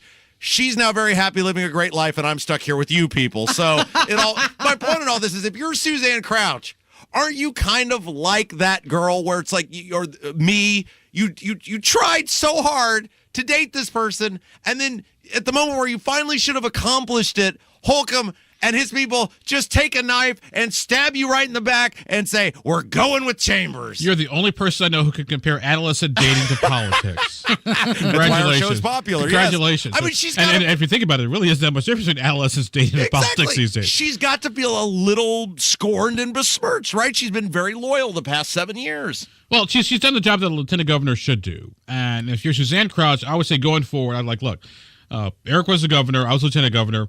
When I thought he was on the right track, we agree. When we had issues, I disagree with him. I disagree with him privately. But at the end of the day, Eric is still the governor of Indiana. Now that I'm running for governor, I'm going to chart my own path, chart my own course. Here's what I would do differently. No criticism of past people. Just here's what I would do differently. But so you get nothing. It's like she doesn't even acknowledge she's the thing. Because her whole premise, her whole core of her campaign is, I'm going to get rid of all this government waste and inefficiency. Well, lady, you're half in charge. And once again, that's always a challenge when a vice president runs for president after the president's done. Like, okay, you can't. How do you criticize the administration that you were part of for the past 4, 6, 8 years? It's a tightrope act. All right, you were hawking your very fabulous cheat sheet, which you get at indypolitics.org. You also have a radio show. Are we footballing you out of a job this weekend, or do you have a show 1 to 3 on WIBC? I actually have a show 1 to 3 this weekend. Oh, perfect. Who is it? Actually, do you know? Yes, I do know. We're going to be talking to Brian Tabor of the Indiana Hospital Association because I'm hearing through the rumor mill that Indiana hospitals may be facing an antitrust lawsuit. Because of the argument is hospital because part of the reason why our healthcare costs are so high is because there's a monopoly like IU Health and the whole 9 yards. So there may be some litigation filed to sort of break up Indiana IU Health. So full disclosure, Casey hates, like during the break, she'll try to discuss with me what we're going to talk about next segment. And she gets very mad that I don't pay attention. And I just tell her, pick whatever topic you want and I'll fill in the blanks. And she gets very angry about that. And I learned that from you. So if you want to be mad at me, Abdul is my mentor and taught me everything that I know. You're right. Yeah. You have created a monster. Hey, my name is Frankenstein, not Frankenstein. You're the best. We love you, Abdul Hakim-Shabazz. Thank you. Hey, thank you. You're listening to Kendall and Casey on 93 WIBC. And actually, that's going to do it for us today. Thank you, Rob. Thank you, Kevin. And thank you for listening. We're going to catch you back here tomorrow on 93 WIBC. Hey, Casey. Yeah.